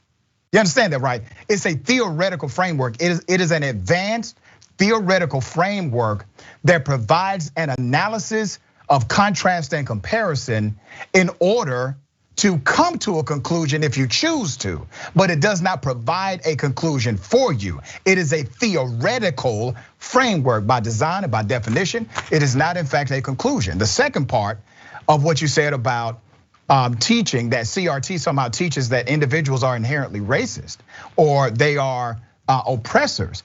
Critical race theory completely de-emphasizes individual racist people and places emphasis on the institutions, policies, statutes, and laws, not people. So when you all say things like, well, it teaches that particular people are inherently racist or oppressors, CRT teaches completely the opposite of that and says you should not even pay attention to the individual racist person because they're not your real problem. Your real challenge is overcoming the systemic biases ingrained and contextualized in your everyday living that is related to policy, institutional norms, laws, statutes. So how do you all get away with saying something like that, which is completely contrary to the teaching of CRT? So you're right Rashad, I know I'm right. Critical race theory does de-emphasize. You're right on a narrow point. It de-emphasizes the individual. I'm right on all of them, brother. And it elevates over the individual the racial group identity, right? It is the exact contrary. It is the inversion of judging people by the content of their character rather than the color of their skin. It says what matters about you is not your actions as an individual. What matters about you is your racial identity, which is precisely why it is such an insidious and poisonous ideology, particularly when being taught to impressionable young children. So it de-emphasizes the individual, but it absolutely gives you conclusions to draw, right? That in and of itself is a conclusion, saying that what matters about you is not your individual actions, your individual character. What matters about you is your racial group identity. That is a conclusion. And it's a conclusion that is being taught to kids precisely because kids are not capable of grasping the whole complex, nuanced framework that might be taught as CRT in law school. Well, yeah, and that's why critical race theory is not taught to K through 12 students, period. It's not taught. It was. So I just explained, I did just explain though why aspects of CRT are being taught. Nah, that's not CRT though. See, I can't say you're teaching qualitative comparison, right? Or qualitative research when you're not. Qualitative comparison and qualitative research is typically in a PhD level course. You can't say, well, because you're comparing two things, that makes it qualitative research. That's not what it is if it's not what it is. You have said on my show, well, it's not critical race theory, but then you say, but some of the elements are critical race theory. That actually makes it not critical race theory. That's my point to you. CRT is specifically and precisely defined by designation. So when you say, well, this is critical race theory, and then you say, but it's really not, where you just proving my point. It is not critical race theory was being taught in K through 12 education. And the real assault is actually on the teaching of the dogmatic, chaotic, and perverted history that this country has had with race relations. Right. Okay, but the difference between qualitative research and critical race theory is that the concepts we're talking about, the assault on color blindness, the racial essentialism, the teaching that your racial group identity matters. Help me understand. The idea that equality, the entire concept of equity is based on the idea that race neutral equality before the law is actually not enough, and that therefore you need to treat people differently based on the color of their skin. Certain privileges should go to people based on the color of their skin if they're the part of a purportedly oppressed group, and certain disadvantages should go to people if they're white. I mean, this is what we saw in the battle over critical race theory in Loudoun County, Virginia, right? You had certain positions that were only open to students who are black, and they were not open to white students. That is the definition of an assault on color blindness. You're not getting judged for the position based on the content of your character. You're getting judged for the position primarily based on your racial identity. That's why this is so poisonous. And just to finish the point though, that concept only exists because of critical race theory. It is specific to critical race theory. It is something that was innovated by the original critical race theorist textbooks. So it's not just qualitative analysis, it is critical race theory. So first of all, the idea that systems are biased existed before CRT. CRT was somewhat formalized in 1970. It was massively formalized in the 80s, but it has been around decades before that. So no, critical race theory is not the reason why people look at systems as an analytical core for disenfranchisement or for outcomes that are unequal. But let me go to a quote that you guys like to say a lot. Judge by the content of your character and not by the color of your skin. Our dear brother, Dr. Martin Luther King Jr. said that. Do you know what else he said in that speech? He said a lot of things in that speech. I'm assuming you're gonna tell me a specific. You ever listen to it? Of course, yeah. Do you know that Dr. Martin Luther King Jr. did not speak of America as a great euphoria? He was not talking about this is what America currently is. He was talking about this is a goal. This is something to look forward to, but he was not talking about it from context of the present era that he was living in. Another part that you all conveniently like to not say is that Dr. King also said that in order for black people in America to have equity, he called it genuine equality, they need to have a basic income. Every black person needs to have a basic income in order to reach the economic floor so that they can compete in the economy. Now, that to me sounds like you would disagree with it, correct? If somebody said that today, if a politician said that today, would you agree or disagree with it? Yeah, no, I absolutely freely admit I disagree with MLK on a lot. But the basic point that has to be responded to, right, is that no one is arguing for a representation of America as a utopia or a euphoria, I think was the word that you used. So on that point, MLK and all of the conservatives who are pushing anti-CRT bills are in complete agreement. I mean, you cannot find one person who says we should teach that America has never done anything wrong, that it's perfect, that our history is perfect. That's not what anyone is trying to do. And you can see that again in the fact that the Texas state legislature, the Republicans writing anti-CRT bills, also included mandatory teaching of Frederick Douglass's writing on the brutality of chattel slavery. They wouldn't have included that if they were trying to portray America as utopia. So again, there's plenty of things that I disagree with MLK on, certainly, but that is not one of them, and that's not one that I think any conservative in the American mainstream would disagree with. Yeah, and it's really interesting because some of the Republicans decided, well, the moderates actually decided to ensure that other elements were part of the bill. And politicians do this a lot, brother, and you've been around long enough to know that anytime they're presenting a bill that may be distasteful, that may be rejected by many, they put in a little something in the bill where they could hang their hat on. I'll give an example. We've talked a lot about voter rights and voter restrictions in the United States, legislatures passing these various bills. Well, Republicans in Georgia, they did something very similar. They said, well, we're actually increasing access to voting, even though they're decreasing access to voting. And the way they did it, brother, was they put in the bill a mandate that all 159 counties had to do at least some early voting. When before it was just up to the counties. But then they restricted how many, which decreased the number of early voting opportunities for metropolitan counties where a bunch of black folks lived. So they limited voting for black people de facto, and they enhanced voting for rural areas through this legislation. So they could say, we expanded it for everybody, but they did not. They decreased it for the crowd, for the demographic that would have in fact voted against their political interests. So you always have these nuances in bills. Here's my thing with you, man, and I appreciate you being on the show and talking openly about it. You don't think that is ironic that after decades of critical race theory being an advanced theoretical framework, that the only time when you all started running with it as a great evil is after former President Donald Trump said it was? You don't find that ironic? Why was this not a thing 10 years ago, 20 years ago, 30 years ago?